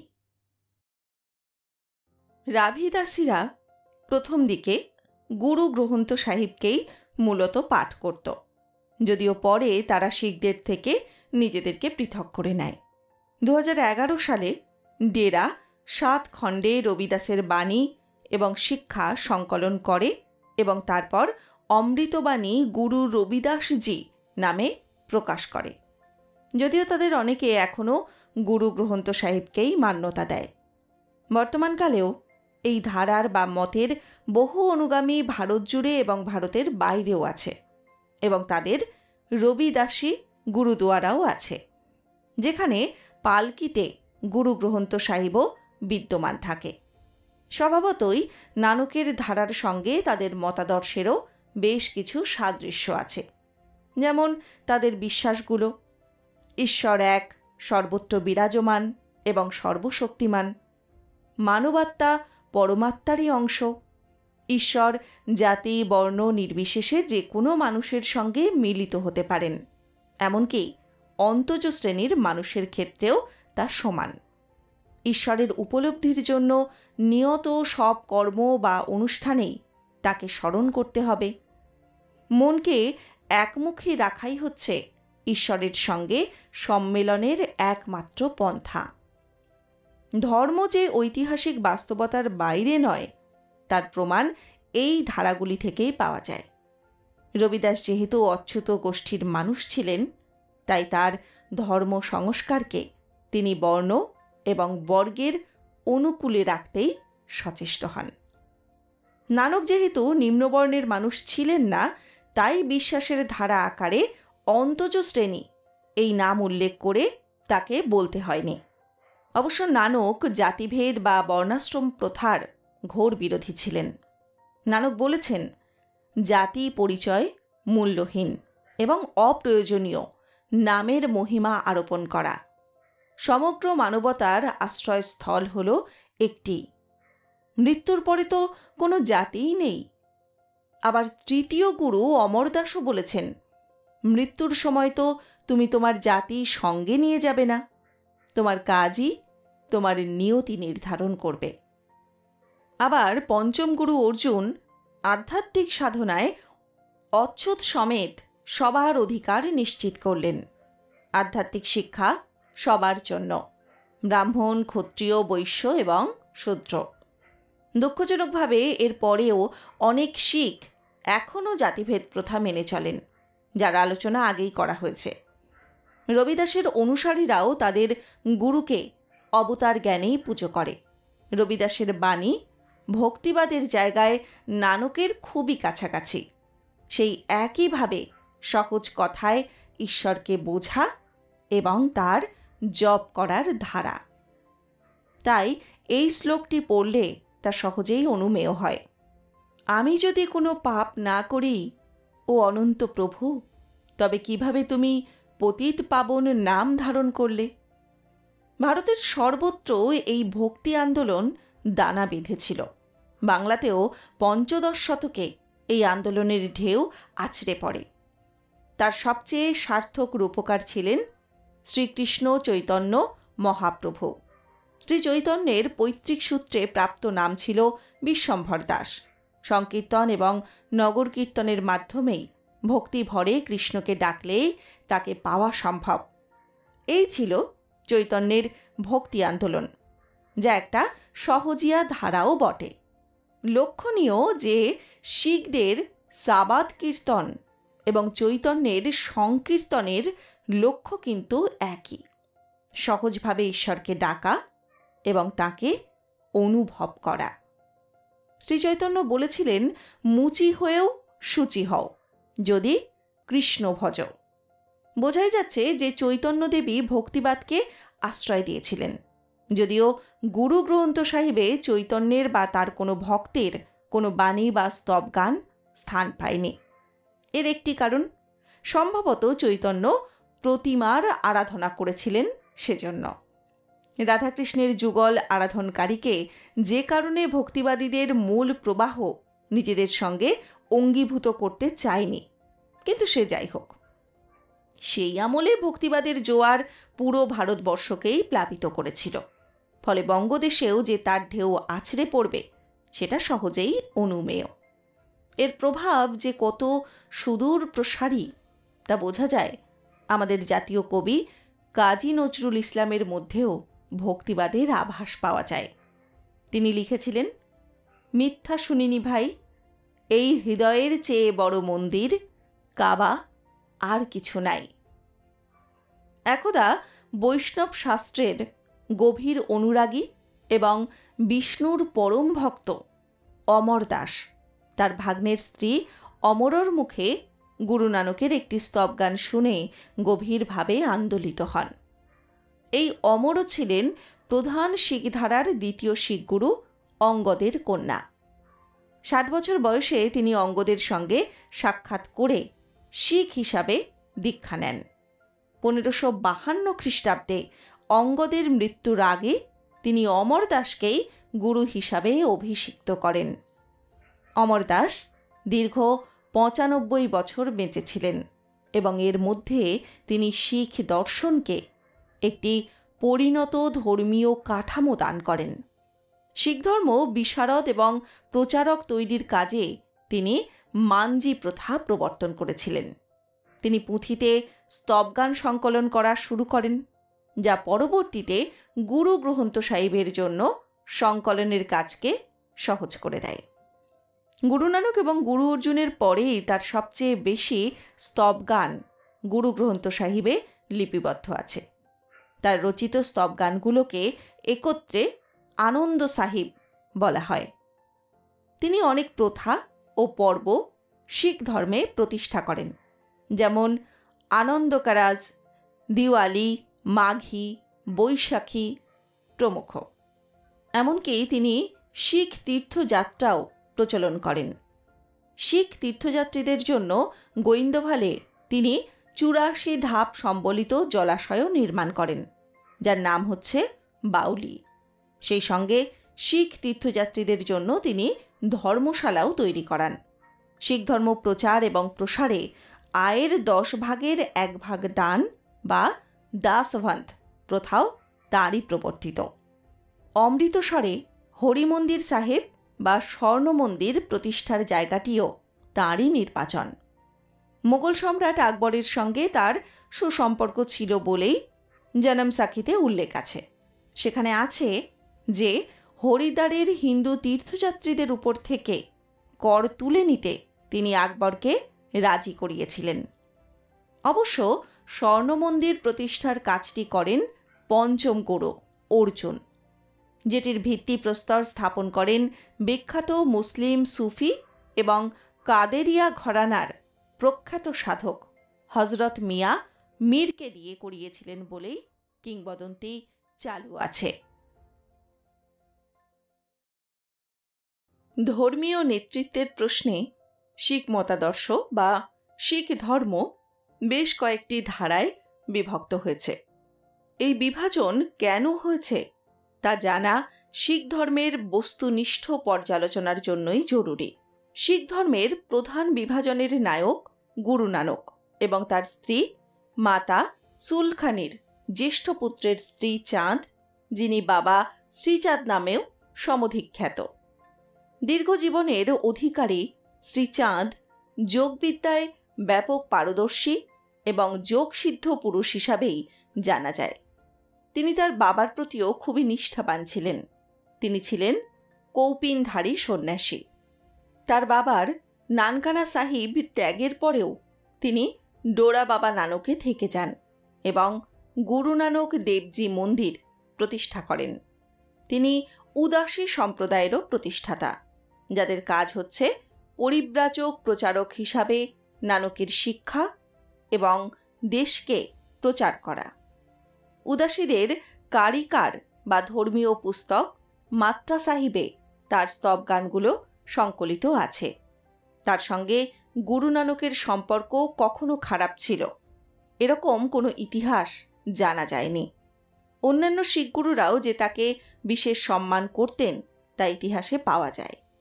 অনেকে মনে করেন যে তৃতীয় গুরু অমরদাসের জ্যেষ্ঠ পুত্র বাবা মোহন তার দ্বারা প্রভাবিত হয়ে সন্ন্যাস গ্রহণ করেন। চতুর্থ গুরু রামদাস তার দর্শন নিতে এসে তাকে চরণ স্পর্শ করেছেন বলেও জানা যায়। এই শ্রীচাঁদ কেন ভিন্ন পথে এগোলেন বিষয়টি কিন্তু আজও রহস্যাবৃত। এর কারণ কি এই যে নানক বুঝতে পেরেছিলেন যে তার মৃত্যুর পরে শিখ আন্দোলন একটি আনুষ্ঠানিক ধর্মের রূপ নেবে, যা নানকের অভীষ্ট লক্ষ্য ছিল না, বরং তিনি এর বিপরীত স্রোতেই চিরকালই ছিলেন, যে কারণে তিনি পুত্রকে আলাদা রাখতে চেয়েছিলেন। নানক 30 বছর বয়সে দৈব জ্ঞান লাভ করেন। এমনও হতে পারে অল্প বয়সে বিয়ে না করলে নানক দৈব জ্ঞান লাভ করার পর শ্রীচাঁদের মতোই সন্ন্যাস নিতেন বা অবিবাহিত থাকতেন। নানক 70 বছর বয়সে মৃত্যুবরণ করলে তাকে পাঞ্জাবের কর্তাপুরে সমাহিত করা হয়, যা এখন পাকিস্তানে পড়েছে। 55 বছর বয়স থেকে নানক এখানেই স্থায়ী হয়েছিলেন। কিন্তু বড় পুত্রের প্রতি তার কোনো অনুযোগ ছিল এমন কথা বিশ্বস্ত সূত্রেও শোনা যায় না। নানকের সমাধি মন্দিরটিকে গুরুদুয়ারা দরবার সাহিব কর্তাপুর নামে ডাকা হয়। নানকের মৃত্যুর পর তার উত্তরসূরি হন ভাই লেনা, যাকে অঙ্গদ অর্থাৎ আমরা শরীরের অঙ্গ এই নাম দিয়ে গুরু নানক তাকে অভিহিত করেছিলেন বলে শিখদের বৃহত্তম অংশেরই অভিমত। তিনিও কখনো শ্রীচাঁদের প্রতি কোনো বিষোদ্গার করেছেন বলেও শোনা যায় না। এর পরবর্তী বিভাজনটি শিখদের মধ্যে হয়েছে চতুর্থ গুরু রামদাসের জ্যেষ্ঠ পুত্র পৃথ্বীচাঁদের নেতৃত্বে। তার প্রতিষ্ঠিত মতকে বলা হয় মিনাস।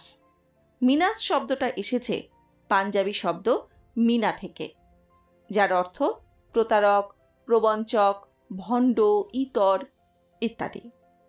বোঝাই যাচ্ছে নামটি পৃথ্বীচাঁদের নিজের বা তার অনুসারী কারোরই দেওয়া নয়। তার রাজনৈতিক প্রতিপক্ষরাই এই নামটি তাদের উপরে আরোপ করেছেন।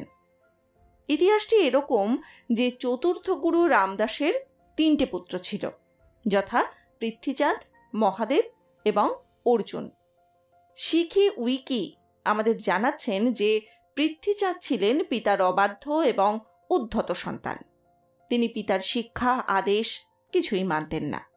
তার পরবর্তী ভাই হল মহাদেব, পাঞ্জাবিতে মহাদেব, ছিলেন অতি ধার্মিক।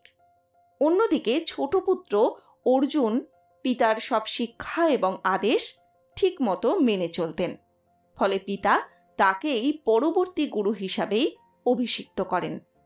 কিন্তু পৃথ্বীচাঁদকে গুরু হিসেবে মেনে আরেকটি শিখধারা প্রতিষ্ঠিত হয়, যেখানে পৃথ্বীচাঁদের পুত্র মনোহর দাস, যিনি মেহেরবান, পাঞ্জাবিতে মেহরাবান নামে অধিক পরিচিত, অভিষিক্ত হয় এই ধারার পরবর্তী গুরু হিসাবে।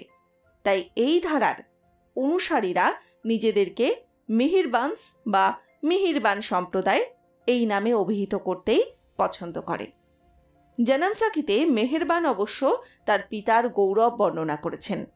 বিশেষত ভাই বালা বর্ণিত জনমসাখিতে এই ইতিহাস জানা যায়।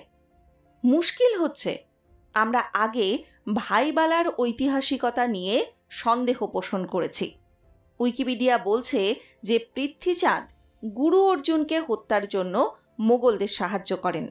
এমনকি নেতৃত্ব দখলের জন্য তিনি অর্জুনের শিশুপুত্র হরগোবিন্দকেও বিষ প্রয়োগ করে হত্যার চেষ্টা করেছিলেন। গোবিন্দ সিং পৃথ্বীচাঁদ প্রবর্তিত ধর্মদর্শনকে 5 অনৈতিক দল বা 5 মেলের বলে অভিহিত করেন। শিখ এনসাইক্লোপিডিয়া জানাচ্ছে যে মেহেরবান পৃথ্বীচাঁদের পুত্র হলেও শৈশবকালে দীর্ঘ সময় তিনি তার কাকা অর্জুনের সঙ্গে কাটিয়েছেন এবং তার কারণে তিনি হয়ে উঠেছেন বিদ্বান ও সাহিত্য অনুরাগী। তিনি তার পিতার সঙ্গে অর্জুনের বিরুদ্ধে দ্বন্দ্বে লিপ্ত হননি এবং বহু গুপ্ত সাধনবিদ্যা এবং ধর্মীয় শ্লোক রচনা করেছিলেন। তিনি দীর্ঘকাল ধর্ম প্রচারেই ব্যয় করেন। মেহেরবান মিনা শিখরা 17 শতকে অমৃতসর এবং হরিমন্দির সাহিব নিয়ন্ত্রণ করতেন গুরু অর্জুনেরই নেতৃত্বে। ফলে এই দলের সবার প্রতি গোবিন্দ সিংয়ের বিষোদ্গার তর্কাতীত এবং সন্দেহাতীত নয়। তৃতীয় বিভাজনটি হয়েছে সপ্তম গুরু হররায়ের। কোনো কোনো শিখরা উচ্চারণ করে হরি রায়, তার জ্যেষ্ঠ পুত্র রাম রায়ের কারণে। এই বিভাজনটির কারণও একাধিক ধর্মীয় এবং রাজনৈতিকও বটে। জানা যায় মোগল সম্রাট ঔরঙ্গজেবের প্রধান প্রতিদ্বন্দ্বী তার বৈমাত্রেয় ভাই দারাশেখর প্রতি গুরু হররায়ের সমর্থন ছিল। অন্তত কেউ কেউ সম্রাটকে তার বিরুদ্ধে এই তথ্য দিয়ে তাকে তার বিরুদ্ধে তাতিয়ে তোলে। সম্রাট গুরুকে দরবারে ডেকে পাঠালে তিনি তার জ্যেষ্ঠ পুত্র রাম রায়কে দূত হিসাবে প্রেরণ করেন। দরবারে আলেমগণ প্ররোচনায় সম্রাট যখন গুরু নানকের বাণীর সংকলন আসাদিওয়ারের কোনো এক ছত্রে মুসলমানদের অপমান করা হয়েছে বলে উল্লেখ করেন, তখন তিনি সংকলনকে ভুল সংকলন বলেছেন বলে তার মন রক্ষা করলেন। কোনো কোনো সূত্রে জানা যায় তিনি তখন কিছু চরণও পরিবর্তন করেছিলেন। এতে সম্রাট তাকে দেরাদুনে জায়গির দান করল, কিন্তু পিতা তার উপরে রেগে গিয়ে তাকে বাড়ি ফিরতে মানা করে দেন। কিছু সংখ্যক শিখ তার সঙ্গে যায়। এরাই রাম রামাইয়াস বা রাম রামাইয়া সম্প্রদায় নামেই পরিচিত। দশম গুরু এদের 5 অনৈতিক দল বা 5 মেলের এটা বলে অভিহিত করেন। এছাড়া আরও জানা যায় যে রাম রায় সম্রাটকে খুশি করতে অলৌকিক কর্ম করে দেখিয়েছিলেন। লোকজনকে খুশি করতে অলৌকিক কর্মকাণ্ড করা শিখ ধর্মে নিষিদ্ধ, যে কারণেও তার পিতা তার উপরে ক্রুদ্ধ হন। কিন্তু প্রশ্ন হলো অন্য জায়গায়। যদি ধরা যায় অলৌকিক বা অতিপ্রাকৃত বলে কিছু আছে, তবে প্রশ্ন জাগে, অলৌকিক কর্ম লোকজনকে খুশি করতে দেখানো কি সম্ভব, যদি তা সর্বতোভাবে ঈশ্বরের এখতিয়ারে? অলৌকিক কর্ম তো জাদুটোনা নয়, আর ঐশ্বরিক ক্ষমতা তো ব্যক্তি নিজের খেয়াল খুশি মতো ব্যবহার করতে পারেনও না। অন্যদিকে তিনি যদি নিজেই ঈশ্বর হন, তবে তার কাজের মূল্যায়ন মানুষ করার কে? হয়তো তার কাজ ঠিক ছিল, সাধারণ মানুষ তা বুঝতে অক্ষম। এই বিষয়টি কোনো কোনো শিখদের চিন্তায় আসে না। হয়তো কিছু লোকের মনে হয়েছিল, যে কারণে হয়তো বা কিছু লোক রাম রায়কে গুরু হিসাবে মেনে নেয়। কিন্তু রাম রায়কে গুরু না করাতে গুরু হর রায়কে তার 5 বছর বয়সী পুত্র হরকিষানকে গুরু করতে হয়, যিনি ইতিহাসে বালগুরু বা হরি কিষান সাহিব নামে অভিহিত। তিনি মাত্র 7.5 বছর বয়সে গুটি বসন্তে মারা যান। চতুর্থ বিভাজনটি যারা করে তারা নানকপন্থী নামেই পরিচিত। তবে এই নাম নিয়ে কিছু সমস্যা আছে।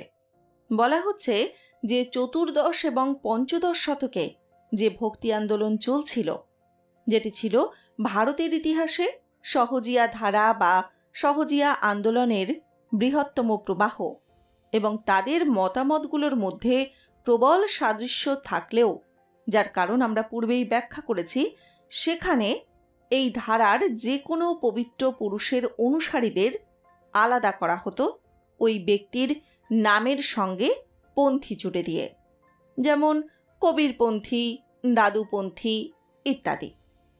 এই ধারাবাহিকতায় নানকপন্থী বললে সে যুগের সব শিখকেই বোঝানো হতো, এবং একই সঙ্গে তাদেরও যারা ভক্তি আন্দোলনের সব ভগত বা সন্তদের মধ্যে নানককে একজন বলেই মনে করতেন এবং তাকে বিশেষ সম্মানও করতেন। আমরা আগেই উল্লেখ করেছি যে এই ভক্তিবাদী ধারার কেউ কোনো ধর্ম সম্প্রদায় প্রতিষ্ঠার আন্দোলনে কিন্তু নামেননি। ফলে পরবর্তী সময়ে, বিশেষত দশম গুরুর সময়ে যে সমস্ত নিয়ম কানুন বেঁধে দেওয়া হলো, অত্যাবশ্যকীয়ভাবে মনে করে নানকপন্থীরা তা গ্রহণ করেনি। যেমন গোবিন্দ সিং প্রবর্তিত পাঞ্চ কাকার বা পাঞ্চ কাককে ধারণ করা, কেশ, কারা, কাঙ্গা, কিরপান ও কাছা, অর্থাৎ পাগড়ির নিচে বড় চুল রাখতে হবে, হাতে কারা পরতে হবে, মাথায় ছোট চিরুনি রাখতে হবে, তলোয়ার ধারণ করতে হবে এবং নিচে কাছা পরতে হবে। পাকিস্তানের সিন্ধ প্রদেশের বেশিরভাগ হিন্দু নিজেদের নানকপন্থী বলেই পরিচয় দেন। পঞ্চম বিভাজনটি এসেছে গুরু গোবিন্দ সিংয়ের খালসা আন্দোলন থেকে। এরাই পাঞ্চ কাকার বা পাঞ্চ কাককে ধারণকারী। এদের মধ্যেও যারা সবচেয়ে নিষ্ঠাবান এবং নিরামিষাশী এবং ধর্মীয় বিধিনিষেধ কঠোরভাবে মান্য করেন, তাদেরকে বলা হয় অমৃতধারী। মূলত নবম গুরু তেগ বাহাদুরকে মোগল সম্রাট ঔরঙ্গজেব হত্যা করলে পাঞ্চ কাক্কার প্রথা সামরিক প্রথা হিসাবে দশম গুরু প্রবর্তন করেন। মহারাজ রঞ্জিত সিং যে শিখ ধর্ম প্রতিষ্ঠা করেছিলেন তা এই ধারণার বশবর্তী হয়েই। 1947 সালে দেশ বিভাজনের পরে এই ধারাই খালিস্তান আন্দোলন নামে পরিচিত। আবার এই ধারায় যারা কেশধারী তারা অতটা অর্থোডক্স নয়, তবে বড় চুল রাখেন এবং পাগড়ি পরেন, কিন্তু অমৃতধারীদের মতো সমস্ত বিধি বিধান নিষেধ কট্টরভাবে মানেন না। শিখ ধর্ম অল্প সংখ্যক অনুসারী ধর্ম হলেও গুরু নানকের পর কে গুরু হবে তা নিয়ে প্রথম থেকেই এই মতাদর্শ বহুধা বিভক্ত হয়।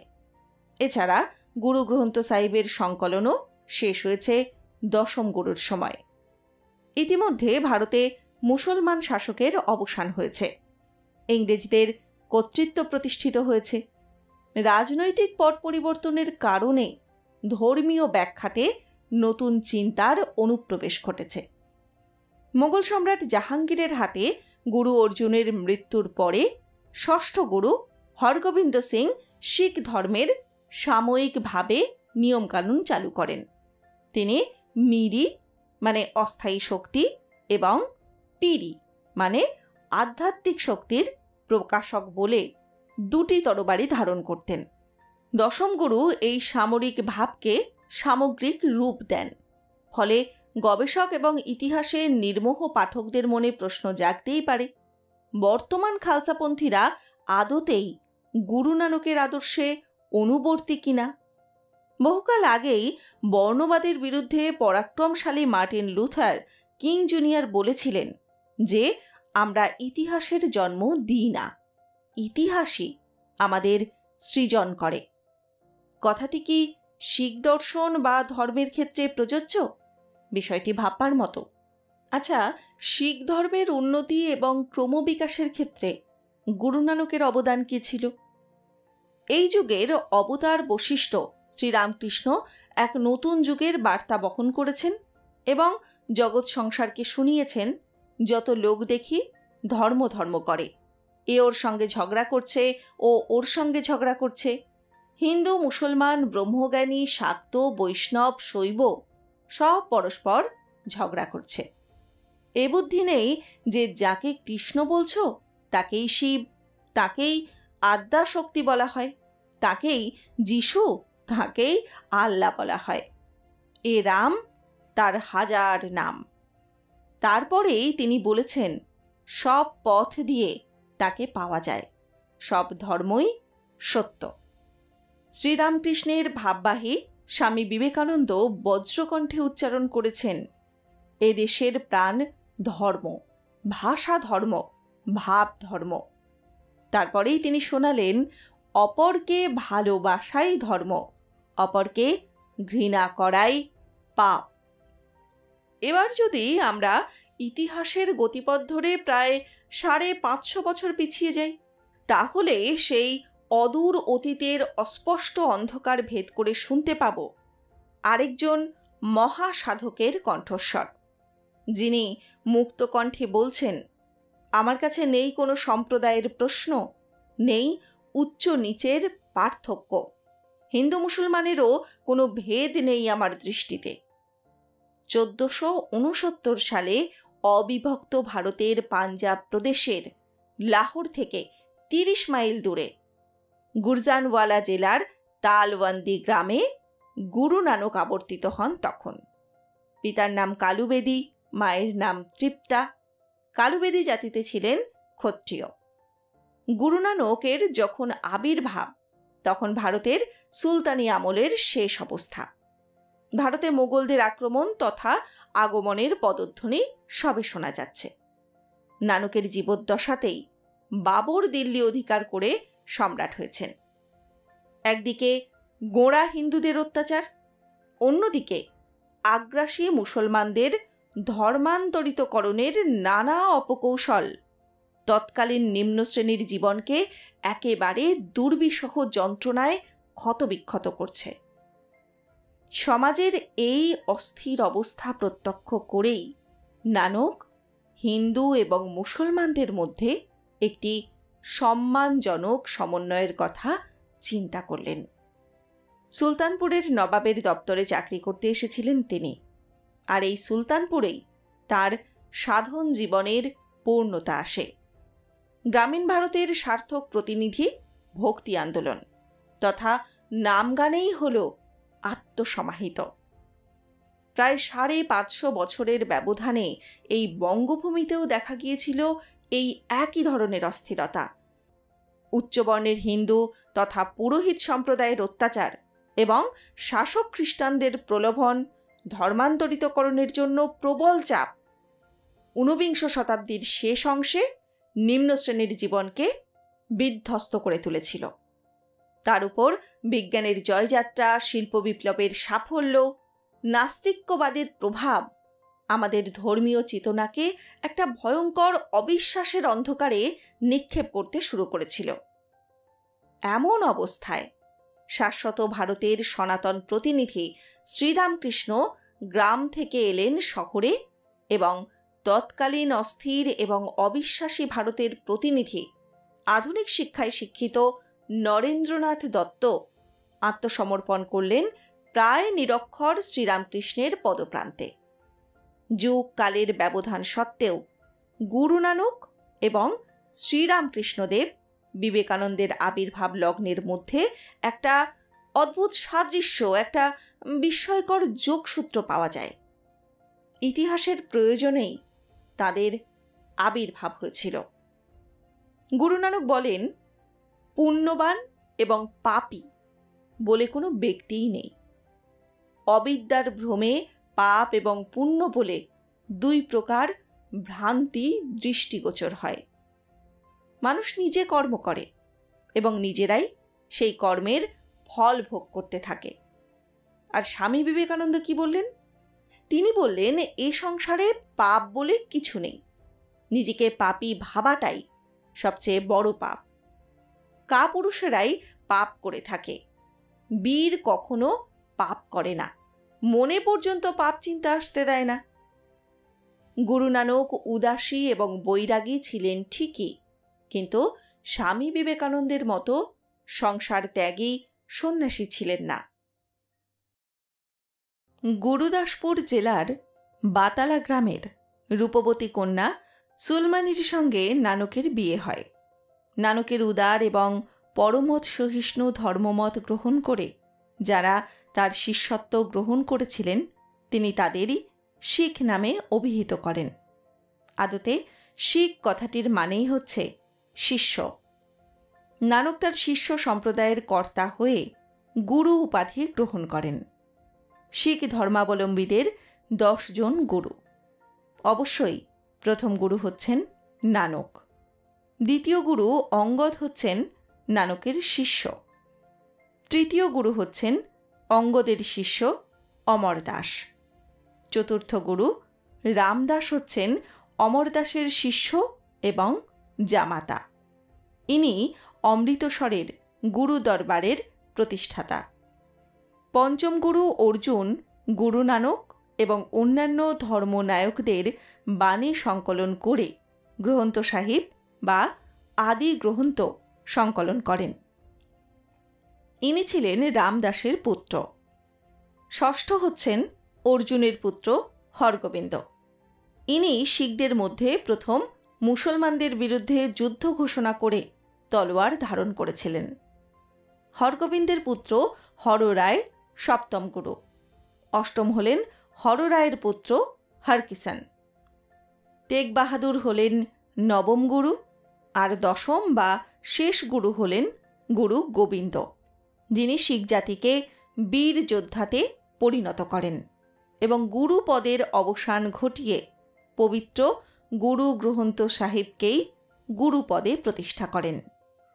নানকপন্থী শিখদের গুরু গ্রন্থ সাহিব হল একটা পবিত্র ধর্মগ্রন্থ।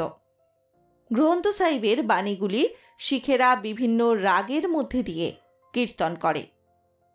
গুরু নানক তথা শিখ ধর্মের প্রতি স্বামী বিবেকানন্দের অখণ্ড শ্রদ্ধা আমরা বরাবরই লক্ষ্য করি। বিশ্ববিজয় সম্পন্ন করে 1897 সালে জানুয়ারি মাসে স্বামী বিবেকানন্দ যখন মাদ্রাজ শহরে অর্থাৎ চেন্নাইতে এসে উপস্থিত হলেন, তখন লক্ষ মানুষের উদ্বেলিত অভিনন্দনে তিনি হলেন প্লাবিত। সেই সময় চেন্নাইয়ের ভিক্টোরিয়া হলে তাকে যে ঐতিহাসিক সম্বর্ধনা জ্ঞাপন করা হয়েছিল, সেই সম্বর্ধনার প্রত্যুত্তরে তিনি যে যুগান্তকারী ভাষণ দেন, সেটাই আমার সমর নীতি নামে বিখ্যাত। এই ভাষণে তিনি প্রশ্ন তুলেছিলেন, ভারতে কি কখনো সংস্কারের অভাব হয়েছিল? রামানুজ কে ছিলেন? শঙ্কর, নানক, চৈতন্য, কবির, দাদু?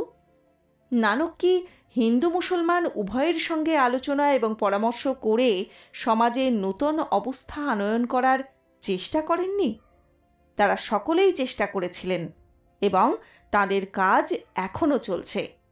তবে প্রভেদেই তারা আধুনিক সংস্কারের মতো চিৎকার এবং আড়ম্বর করতে পারেন না।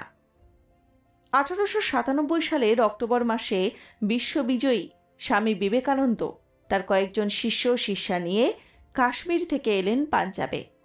সেই সময় লাহোরে ধ্যানান সিংয়ের হাভেলিতে তিনি হিন্দু ধর্মের সাধারণ ভিত্তি বিষয় যে অপূর্ব তথ্য সমন্বিত আবেগদৃপ্ত ভাষণ দেন, তাতে তিনি বারবার পাঞ্জাবের জয়গান করেন। প্রথমেই তিনি বলেন যে এই সেই ভূমি যা পবিত্র আর্যাবর্তের মধ্যে পবিত্রতম বলে পরিগণিত, এই সেই ব্রহ্মাবর্ত যার বিষয়ে আমাদের মনু মহারাজ উল্লেখ করেছেন।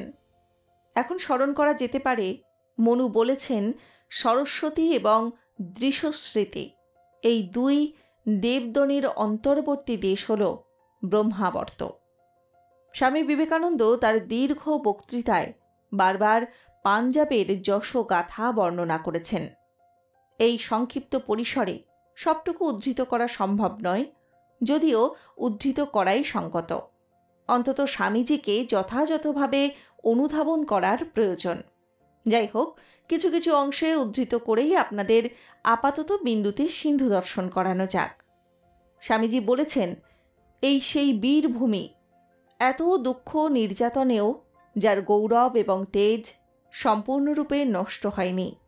এখানেই অপেক্ষাকৃত আধুনিক কালে দয়াল নানক এবং তার অপূর্ব বিশ্বপ্রেম প্রচার করেছেন।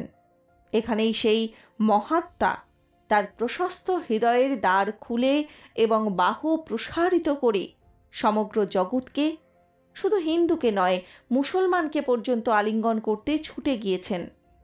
এখানেই আমাদের জাতির শেষ এবং মহিমান্বিত বীরদের অন্যতম গুরু গোবিন্দ সিং জন্মগ্রহণ করেন, যিনি ধর্মের জন্য নিজের এবং নিজের প্রাণসম প্রিয়তম আত্মীয়বর্গের রক্ত ঝরিয়েছিলেন। তারপরেই স্বামীজি বলেছেন, হে পঞ্চনদের সন্তানরা, এখানে এই আমাদের প্রাচীন দেশে আমি তোমাদের কাছে আচার্য রূপে উপস্থিত হইনি, কারণ তোমাদের শিক্ষা দেবার মতো জ্ঞান আমার অতি অল্পই আছে। দেশের পূর্বাঞ্চল থেকে আমি পশ্চিমাঞ্চলের ভাইদের সঙ্গে সম্ভাষণ বিনিময় করতে এবং পরস্পরের ভাবধারা মেলাবার জন্য এসেছি। আমি এখানে এসেছি আমাদের মধ্যে কি বিভিন্নতা আছে তা বার করার জন্য নয়, এসেছি আমাদের মিলনভূমি কোথায় তাই খুঁজে বার করতে। এই দীর্ঘ বক্তৃতায় তিনি আবার গুরু গোবিন্দ সিংয়ের প্রসঙ্গ উত্থাপন করেছেন বারবার। এই মহাত্মা দেশের শত্রুদের সঙ্গে যুদ্ধ করলেন, হিন্দু ধর্ম রক্ষার জন্য নিজের রক্ত ঝরালেন, নিজের পুত্রদের যুদ্ধক্ষেত্রে প্রাণ বিসর্জন করতে দেখলেন, কিন্তু যাদের জন্য নিজের এবং আত্মীয় স্বজনদের রক্তপাত করলেন, তারা তাকে সাহায্য করা তো দূরে থাক, তারাই তাকে পরিত্যাগ করলেন, এমনকি দেশ থেকে তাড়িয়ে দিলেন। অবশেষে এই আহত কিশোরী নিজের কর্মক্ষেত্র থেকে ধীরভাবে দক্ষিণ দেশে গিয়ে মৃত্যুর জন্য প্রতীক্ষা করতে লাগলেন। কিন্তু যারা অকৃতজ্ঞভাবে তাকে পরিত্যাগ করলেন, তাদের প্রতি এক অভিশাপ বাক্যও তার মুখ থেকে নিঃসৃত হল না। স্বামীজি ভারতের ঐতিহাসিক ক্রম বিকাশ নামে যে প্রবন্ধ লেখেন, তাতেও গুরু নানক, গুরু গোবিন্দের কথা পরম শ্রদ্ধার সঙ্গে উচ্চারণ করেছেন। ঐতিহাসিক প্রেক্ষাপটে গুরু নানকের ভূমিকা ব্যাখ্যা করতে গিয়ে স্বামীজি বলেছেন, রামানন্দ, কবির, দাদু, শ্রীচৈতন্য বা নানক এবং তাদের সম্প্রদায়ভুক্ত সাধু সন্তরা দার্শনিক বিষয়ে ভিন্ন ভিন্ন মতাবলম্বী হলেও মানুষের সম অধিকার প্রচারে সকলেই একমত ছিলেন। সাধারণের মধ্যে ইসলামের অতি দ্রুত অনুপ্রবেশ রোধ করতেই তাদের অধিকাংশ শক্তি ব্যয়িত হয়েছে। কাজেই নতুন আকাঙ্ক্ষা বা আদর্শের উদ্ভাবন তখন তাদের পক্ষে সম্ভব ছিল না। এই পটভূমিকাকে সামনে রেখেই স্বামীজি ওই প্রবন্ধে লিখেছেন, এই কালে উত্তর ভারতে একজন শক্তিমান দিব্য পুরুষের আবির্ভাব হয়েছে। সৃজনী, প্রতিভাসম্পন্ন শেষ শিখ গুরু গুরু গোবিন্দ সিংয়ের আধ্যাত্মিক কার্যাবলীর ফলেই শিখ সম্প্রদায়ের সর্বজন বিদিত রাজনৈতিক সংস্থা গড়ে উঠেছিল। ভারতের ইতিহাসে বারবার দেখা গিয়েছে যে কোনো আধ্যাত্মিক অভ্যুত্থানের পর তারই অনুবর্তীভাবে এক রাষ্ট্রনৈতিক ঐক্যবোধ জাগ্রত হয়ে থাকে। স্বামীজির ইতিহাস চেতনা ছিল প্রখর এবং গভীর অনুসন্ধানে। তাই তিনি শিখ সম্প্রদায়ের এই বিস্ময়কর অভ্যুত্থানের নেপথ্যের কারণ অনুশীলন করেছিলেন বাস্তববাদী ঐতিহাসিক দৃষ্টিভঙ্গিতে। শিকাগো ধর্ম মহাসম্মেলনে স্বামীজির সাফল্য সংবাদে আনন্দিত তামিলনাড়ুবাসীরা যে অভিনন্দন জানিয়েছিলেন, তারই উত্তরে তিনি হিন্দু ধর্মের সার্বভৌমিকতা শীর্ষক একটি পত্র লেখেন। সেই পত্রে তিনি পবিত্র গুরু গ্রন্থ সাহিবকে উদাসী এবং নির্মলাদিগের গ্রন্থ বলেও উল্লেখ করেন। আদতে নানকের পুত্র শ্রীচাঁদ উদাসী নামে একটা নানকপন্থী সম্প্রদায় তৈরি করেন এবং গুরু গোবিন্দ নির্মলা নামে আরেকটি নানকপন্থী সম্প্রদায় তৈরি করেছিলেন। স্বামীজি গভীর শ্রদ্ধার সঙ্গে পবিত্র গ্রন্থ সাহিবের, সাহিব শব্দের অর্থ মাননীয়, এই নাম উচ্চারণ করে গুরু নানকের প্রতি শ্রদ্ধা নিবেদন করেছেন। বিশ্বের ধর্মগ্রন্থগুলোর মধ্যে গ্রন্থ সাহিব অনেক দিক থেকেই আলাদা। কোনো ধর্মীয় প্রধান পুরুষের মতোই এই গ্রন্থ শতাব্দীর পর শতাব্দী ধরে শিখদের অমর গুরুর ভূমিকা পালন করেছে। তাছাড়া গ্রন্থ সাহিবই একমাত্র গ্রন্থ যার ভেতরে অন্য ধর্মের মানুষের লেখাও স্থান পেয়েছে। শিখরা মূর্তি পূজা করে না, কিন্তু গ্রন্থটিকে জীবিত গুরুর ন্যায় শ্রদ্ধা করে। মানুষের আত্মিক আধ্যাত্মিক পরিশুদ্ধি নিয়ে বিভিন্ন সময়ে লেখাগুলি মূলত কবিতার আতলে। লেখাগুলো কেবল পাঠ করা হয় না, কীর্তন হিসাবে সমবেত কণ্ঠে গাওয়া হয়। গ্রন্থ সাহিবের থাকার স্থান হিসাবেই শিখ উপাসনালয়ের নাম গুরুদুয়ারা বা গুরুর দরজা। পঞ্চম গুরু অর্জুন বিকৃতির হাত থেকে সত্যবাণী সুরক্ষার জন্য হাত দিয়েছিলেন লেখা সংকলনে। সেই লক্ষ্যে ভাই পিয়ারা, ভাই গুরুদাস এবং বাবা বুদ্ধকে প্রেরণ করেছিলেন বিভিন্ন প্রান্তে পাণ্ডুলিপি অন্বেষণে। নিজেও ছোটাছুটি করতেন পুরাতন গুরুদের পরিবারে। দীর্ঘ প্রচেষ্টার পর 1606 সালে অমৃতসরের হর মন্দিরে স্থাপন করা হয় গ্রন্থ সাহিবকে। গুরু অর্জুন নিজেই তার সামনে অবনত শিরে শ্রদ্ধা জ্ঞাপন করতেন। প্রথম থেকেই লিঙ্গ, ধর্ম, বর্ণভেদে সকলেই এটি পড়তে পারত। পরবর্তীতে নানা টানাপোড়েন পার হবার পরে গুরু গোবিন্দই 1705 সালে এর একটি সংকলন সমাপ্তি করেন। তখন তার নিজের বয়সও শেষের দিকে, তাই অন্য এক সিদ্ধান্ত নিলেন তিনি। নতুন কাউকে গুরু হিসাবে নিযুক্ত না করে গ্রন্থ সাহিবকেই পরবর্তী চিরন্তন গুরু বলে নিযুক্ত করলেন 1708 সালে। গ্রন্থ সাহিবের বিবরণ ধারাবাহিক। গুরুদের স্তোত্রের পরে আছে ভগত বা সাধুদের লেখা, যেখানে গুরু নানকের 974টি স্তোত্র, অঙ্গদের 62টি শ্লোক, অমরদাসের 907 স্তোত্র, রামদাসের 679 স্তোত্র, অর্জুনের 2218 স্তোত্র, তেগ বাহাদুরের 59টি স্তোত্র এবং গুরু গোবিন্দের 1টি শ্লোক। ভগত বা সাধুরা ছিলেন নানা বিশ্বাসের। তাদের মধ্যে শেখ ফরিদ এবং শেখ ভিকান ছিলেন মুসলমান।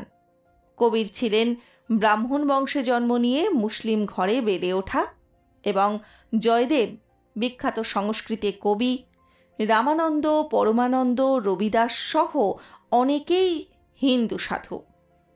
সম্মেলনের এই বৈচিত্র্য এই গ্রন্থটিকে অন্য অনেক গ্রন্থ থেকে আলাদা করেছে। 1699 সালের প্রথম প্রহরে উৎসবে যোগদানের জন্য অনুসারীদের জন্য বিশেষ বার্তা পাঠান গুরু গোবিন্দ সিং।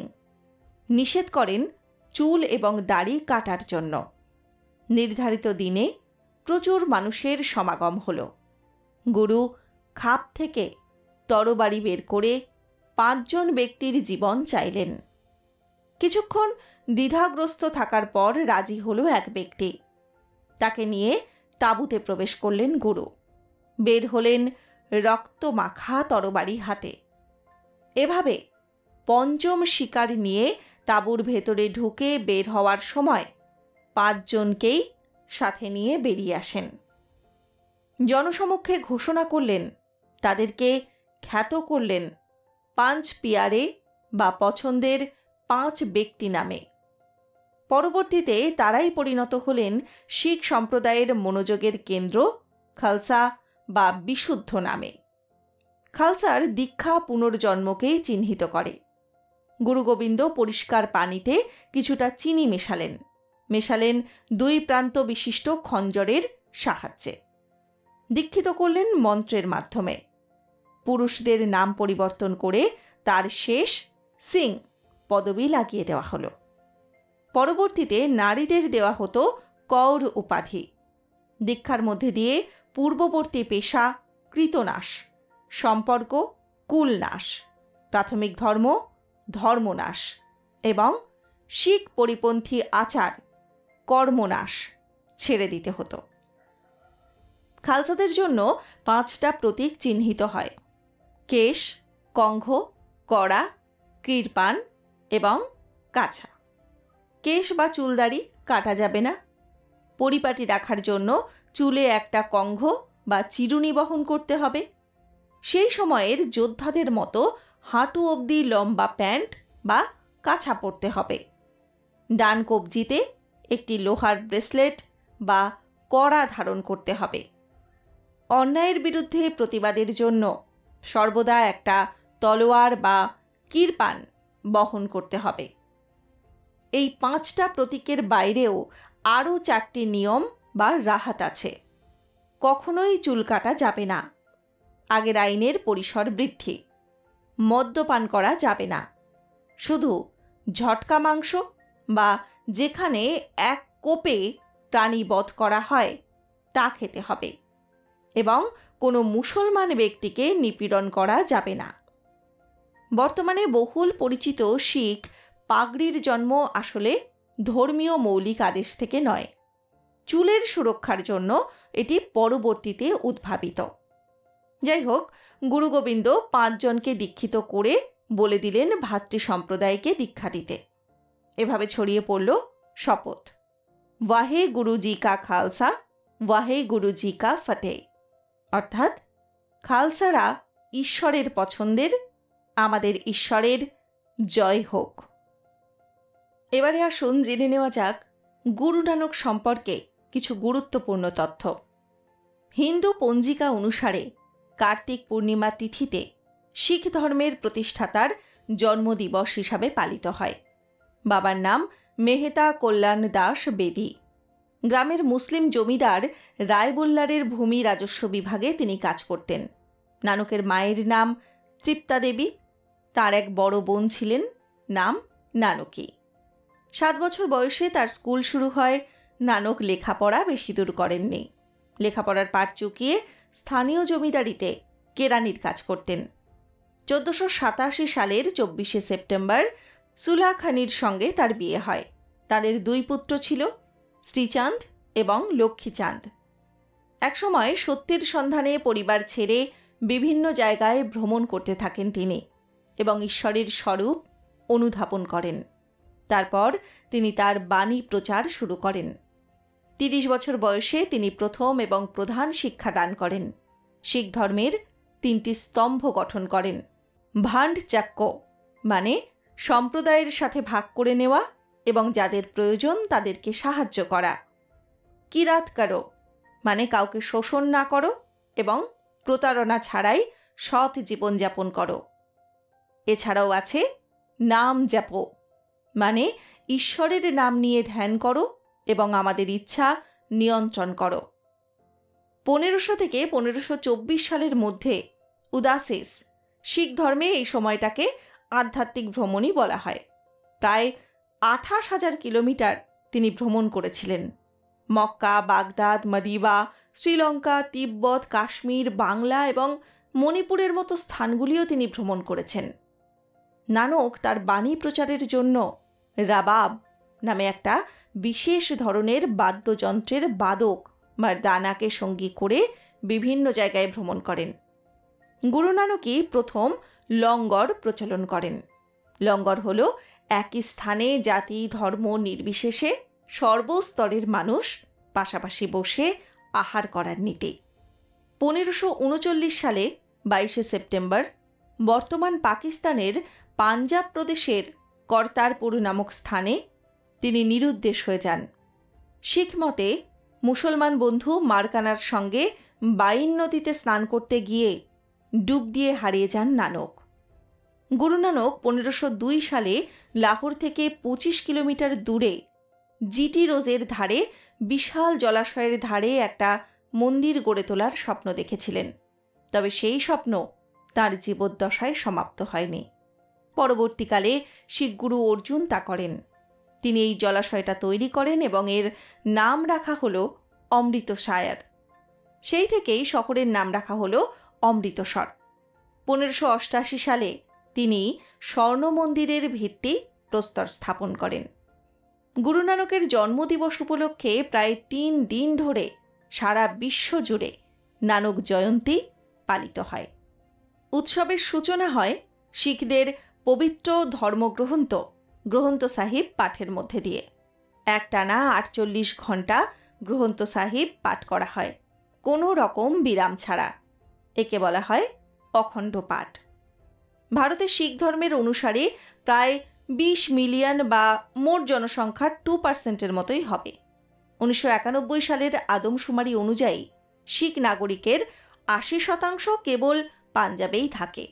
সেই সময়ে পাঞ্জাবের নাগরিকদের 63% ছিল শিখ।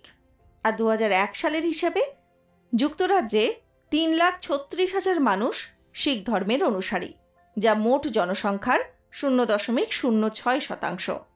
কানাডা, যুক্তরাষ্ট্র সহ বিশ্বের বিভিন্ন দেশে তাদের অবস্থান বেশ পোক্ত। তবে পশ্চিমা দেশগুলোতে প্রায়ই শিখদের মুসলিম হিসাবেই উপস্থাপন করা হয়। ইসলাম বিদ্বেষের বলির পাঠা হচ্ছে এখন শিখরা। তার কারণ শিখ সম্পর্ক নিয়ে সকলের ধারণার কমতি। হিন্দু ধর্ম এবং ইসলামের দীর্ঘদিনের সহাবস্থানের মিলনবিন্দুতে জন্ম নিয়েছিল শিখ ধর্ম। স্রষ্টার সামনে মানুষকে হাজির করেছে নতুন শক্তি দিয়ে। 1600 শতকের দিকে ধর্ম, বর্ণ, গোত্র এবং লিঙ্গের সমতা নিয়ে কথা বলা কম আশ্চর্যের বিষয় নয়। শুরুতে আধ্যাত্মিকতা নিয়ে যাত্রা শুরু হলেও পরপর গুরুদের হত্যাকাণ্ড তাদের সামরিক কৌশলী হতে সাহায্য করে। মুঘল যুগের সমাপ্তির দিকে পাঞ্জাবকে কেন্দ্র করে প্রতিষ্ঠিত হল শিখ রাজ্য। খালিস্তান আন্দোলনের কথা কে না জানে। বর্তমান ভারতীয় সেনাবাহিনীর সিংহভাগই সদস্য শিখ। বাংলাদেশে ঢাকা বিশ্ববিদ্যালয়ের আধুনিক ভাষা ইনস্টিটিউটের ঠিক পশ্চিম পাশে অবস্থিত শিখ ধর্মাবলম্বীদের গুরুদুয়ারা। সপ্তাহের প্রতি শুক্রবার এখানে সকল ধর্ম, বর্ণ এবং লিঙ্গের অভ্যাগতরা আহার করতে পারেন। এই ছিল গুরু নানক এবং শিখ জাতির উত্থান এবং পতনের ইতিহাস। ভারতীয় ইতিহাসের সঙ্গে শিখ জাতির পরম্পরাগত এই ইতিহাসকে পারস্পরিক মাত্রায় সংযুক্ত করতে গেলে এমন হাজারো ধরনের নীতি উঠে আসবে, যেগুলির উত্থাপনের কারণ আমরা কেউই খুঁজে পাব না। শিখ সম্প্রদায়ের ইতিহাসকে ভারতের অন্যান্য জাতি এবং উপজাতি বর্গের ইতিহাসের থেকে সর্বদাই পৃথকভাবে দেখে আসা হয়েছে, কারণ তাদের উত্থান এবং পতনের ইতিহাসের মধ্যে দিয়ে আমরা সেই নতুনত্বকে খুঁজে পেয়েছিলাম, যেটি হয়তো এই প্রদেশের কোনো ধর্মের নিরিখেই খুঁজে পাওয়া সম্ভব নয়। ভারতবর্ষ একটি ধর্ম নিরপেক্ষ রাষ্ট্র। এই রাষ্ট্রের অধীনে থেকেও একাধিক ধর্ম স্থান, কাল, পাত্র ভেদে নিজেদের অবস্থানকে চিহ্নিত করে রেখেছে। এই পরিবর্তনের প্রকৃত রূপকার কারা ছিলেন সেই বিষয়টি সম্পর্কে আমরা কেউই সেভাবে জেনে উঠতে পারিনি। তবে হ্যাঁ, শিখ জাতির উত্থান এবং পতনের এই অজানা ঘটনাগুলি আমাদেরকে এই বিষয়টি সম্পর্কে একটা আলাদা ধারণা তৈরি করতে সাহায্য করে, সেটা বলা বাহুল্য। কাজেই সম্প্রদায়গতভাবে এই ইতিহাসের পাশাপাশি শিখ জাতির উত্থান এবং পতনের এই ঘটনা কিভাবে মানুষকে আগামীতেও প্রভাবিত করতে পারে তার একটি ঝলক আমরা আমাদের এই অনুচ্ছেদের মধ্যে দিয়ে আপনাদের সামনে প্রকাশ করলাম। আশা করি আমার এই পরিবেশনটি আপনাদের জ্ঞান পিপাসাকে শান্ত করতে পেরেছে। তাহলে সকলে পুনরায় বলুন, এক ওঙ্কার সতনাম, অর্থাৎ শতবার যে নাম নিলেই সমস্ত বিপদের হাত থেকে রক্ষা লাভ করা সম্ভব। তাই তো গুরু নানক আজও এই শত সহস্র নামাঙ্কের মধ্যে দিয়ে আমাদের সকলের জীবনের একটি মূর্ত প্রতীক হিসাবেই আবির্ভূত হয়েছেন। তিনি না থেকেও তার প্রতিটি বাণী এবং চেতনার মধ্যে দিয়েই আমাদের অন্তরে জীবিত হয়ে রয়েছেন। আর এভাবেই আদি অনন্তকাল ধরে তিনি থেকে যাবেন ধর্ম, বর্ণ, জাতি সমস্ত প্রথার উপরে। সবার উপরে মানুষ সত্য, এ প্রমাণ তিনি বারবার করেছেন। কোনো হিন্দু নয়, কোনো মুসলিম নয়, তার কাছে সমস্ত ধর্মের মানুষই মানুষ হিসাবেই পরিচিত, যার না কোনো জাতি, না কোনো ভেদাভেদ। সেজন্যই লঙ্গরখানাতে একই সঙ্গে হিন্দু এবং মুসলিম ভাইদের পাশাপাশি বসে এক অপূর্ব সম্মেলনের ইতিহাস রচনা করে গেছেন তিনি। পৃথিবীতে যতজন মহৎ উদ্দেশ্য নিয়ে জন্মেছেন তারা সকলেই অদম্য কাজের ছাপ রেখে গেছেন। অগণিত মানুষ তাদের দেখানো পথ অনুসরণ করেছেন, অনুপ্রাণিত হয়েছেন। আধ্যাত্মিক যুক্তি এবং আভ্যন্তরীণ শান্তির জীবনযাপনের মূল মন্ত্র শিখিয়েছেন তারাই। শিখ ধর্মের প্রবর্তক গুরু নানক ছিলেন সেই অসাধারণ একটি সত্তা। মানুষের কাছে এক ওঙ্কার, এক ঈশ্বর, এই বার্তাই তিনি প্রচার করেছেন। তিনি বিশ্বাস করতেন যে স্রষ্টা তার প্রতিটি সৃষ্টির মধ্যে বসবাস করেন। হ্যাঁ বন্ধুরা, আমি আর যে প্রাচী এতক্ষণ ছিলাম আপনাদের সঙ্গে শিখ ধর্ম, গুরু নানক, গ্রন্থ সাহিব ইত্যাদি সম্পর্কে জানা অজানা কিছু তথ্য নিয়ে। কেমন লাগলো আপনাদের এই এপিসোডগুলি অবশ্যই আমাকে কমেন্ট বক্সে জানাবেন। ধন্যবাদ।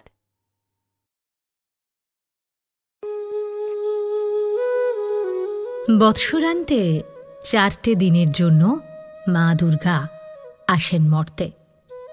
তারপর বিজয়া দশমীতে মায়ের বিসর্জনের সঙ্গে সঙ্গে বাঙালি মন ভারাক্রান্ত হয়ে ওঠে। ঘরের মেয়ে ফিরে গেছে কৈলাসে, মনটাও বেশ খানিকটা বিষণ্ণ থাকে। আর হঠাৎ করে চারপাশের এত আলোকসজ্জা, প্যান্ডেল সব কিছু নিভে কেমন যেন এক অন্ধকার হয়ে যায়। আর সেই অন্ধকারের মধ্যে আলোর উৎসব দীপাবলি। জ্বলে ওঠে দীপ। অন্ধকারকে জয় করার জন্য ঘরে ঘরে দীপ জ্বলে ওঠে।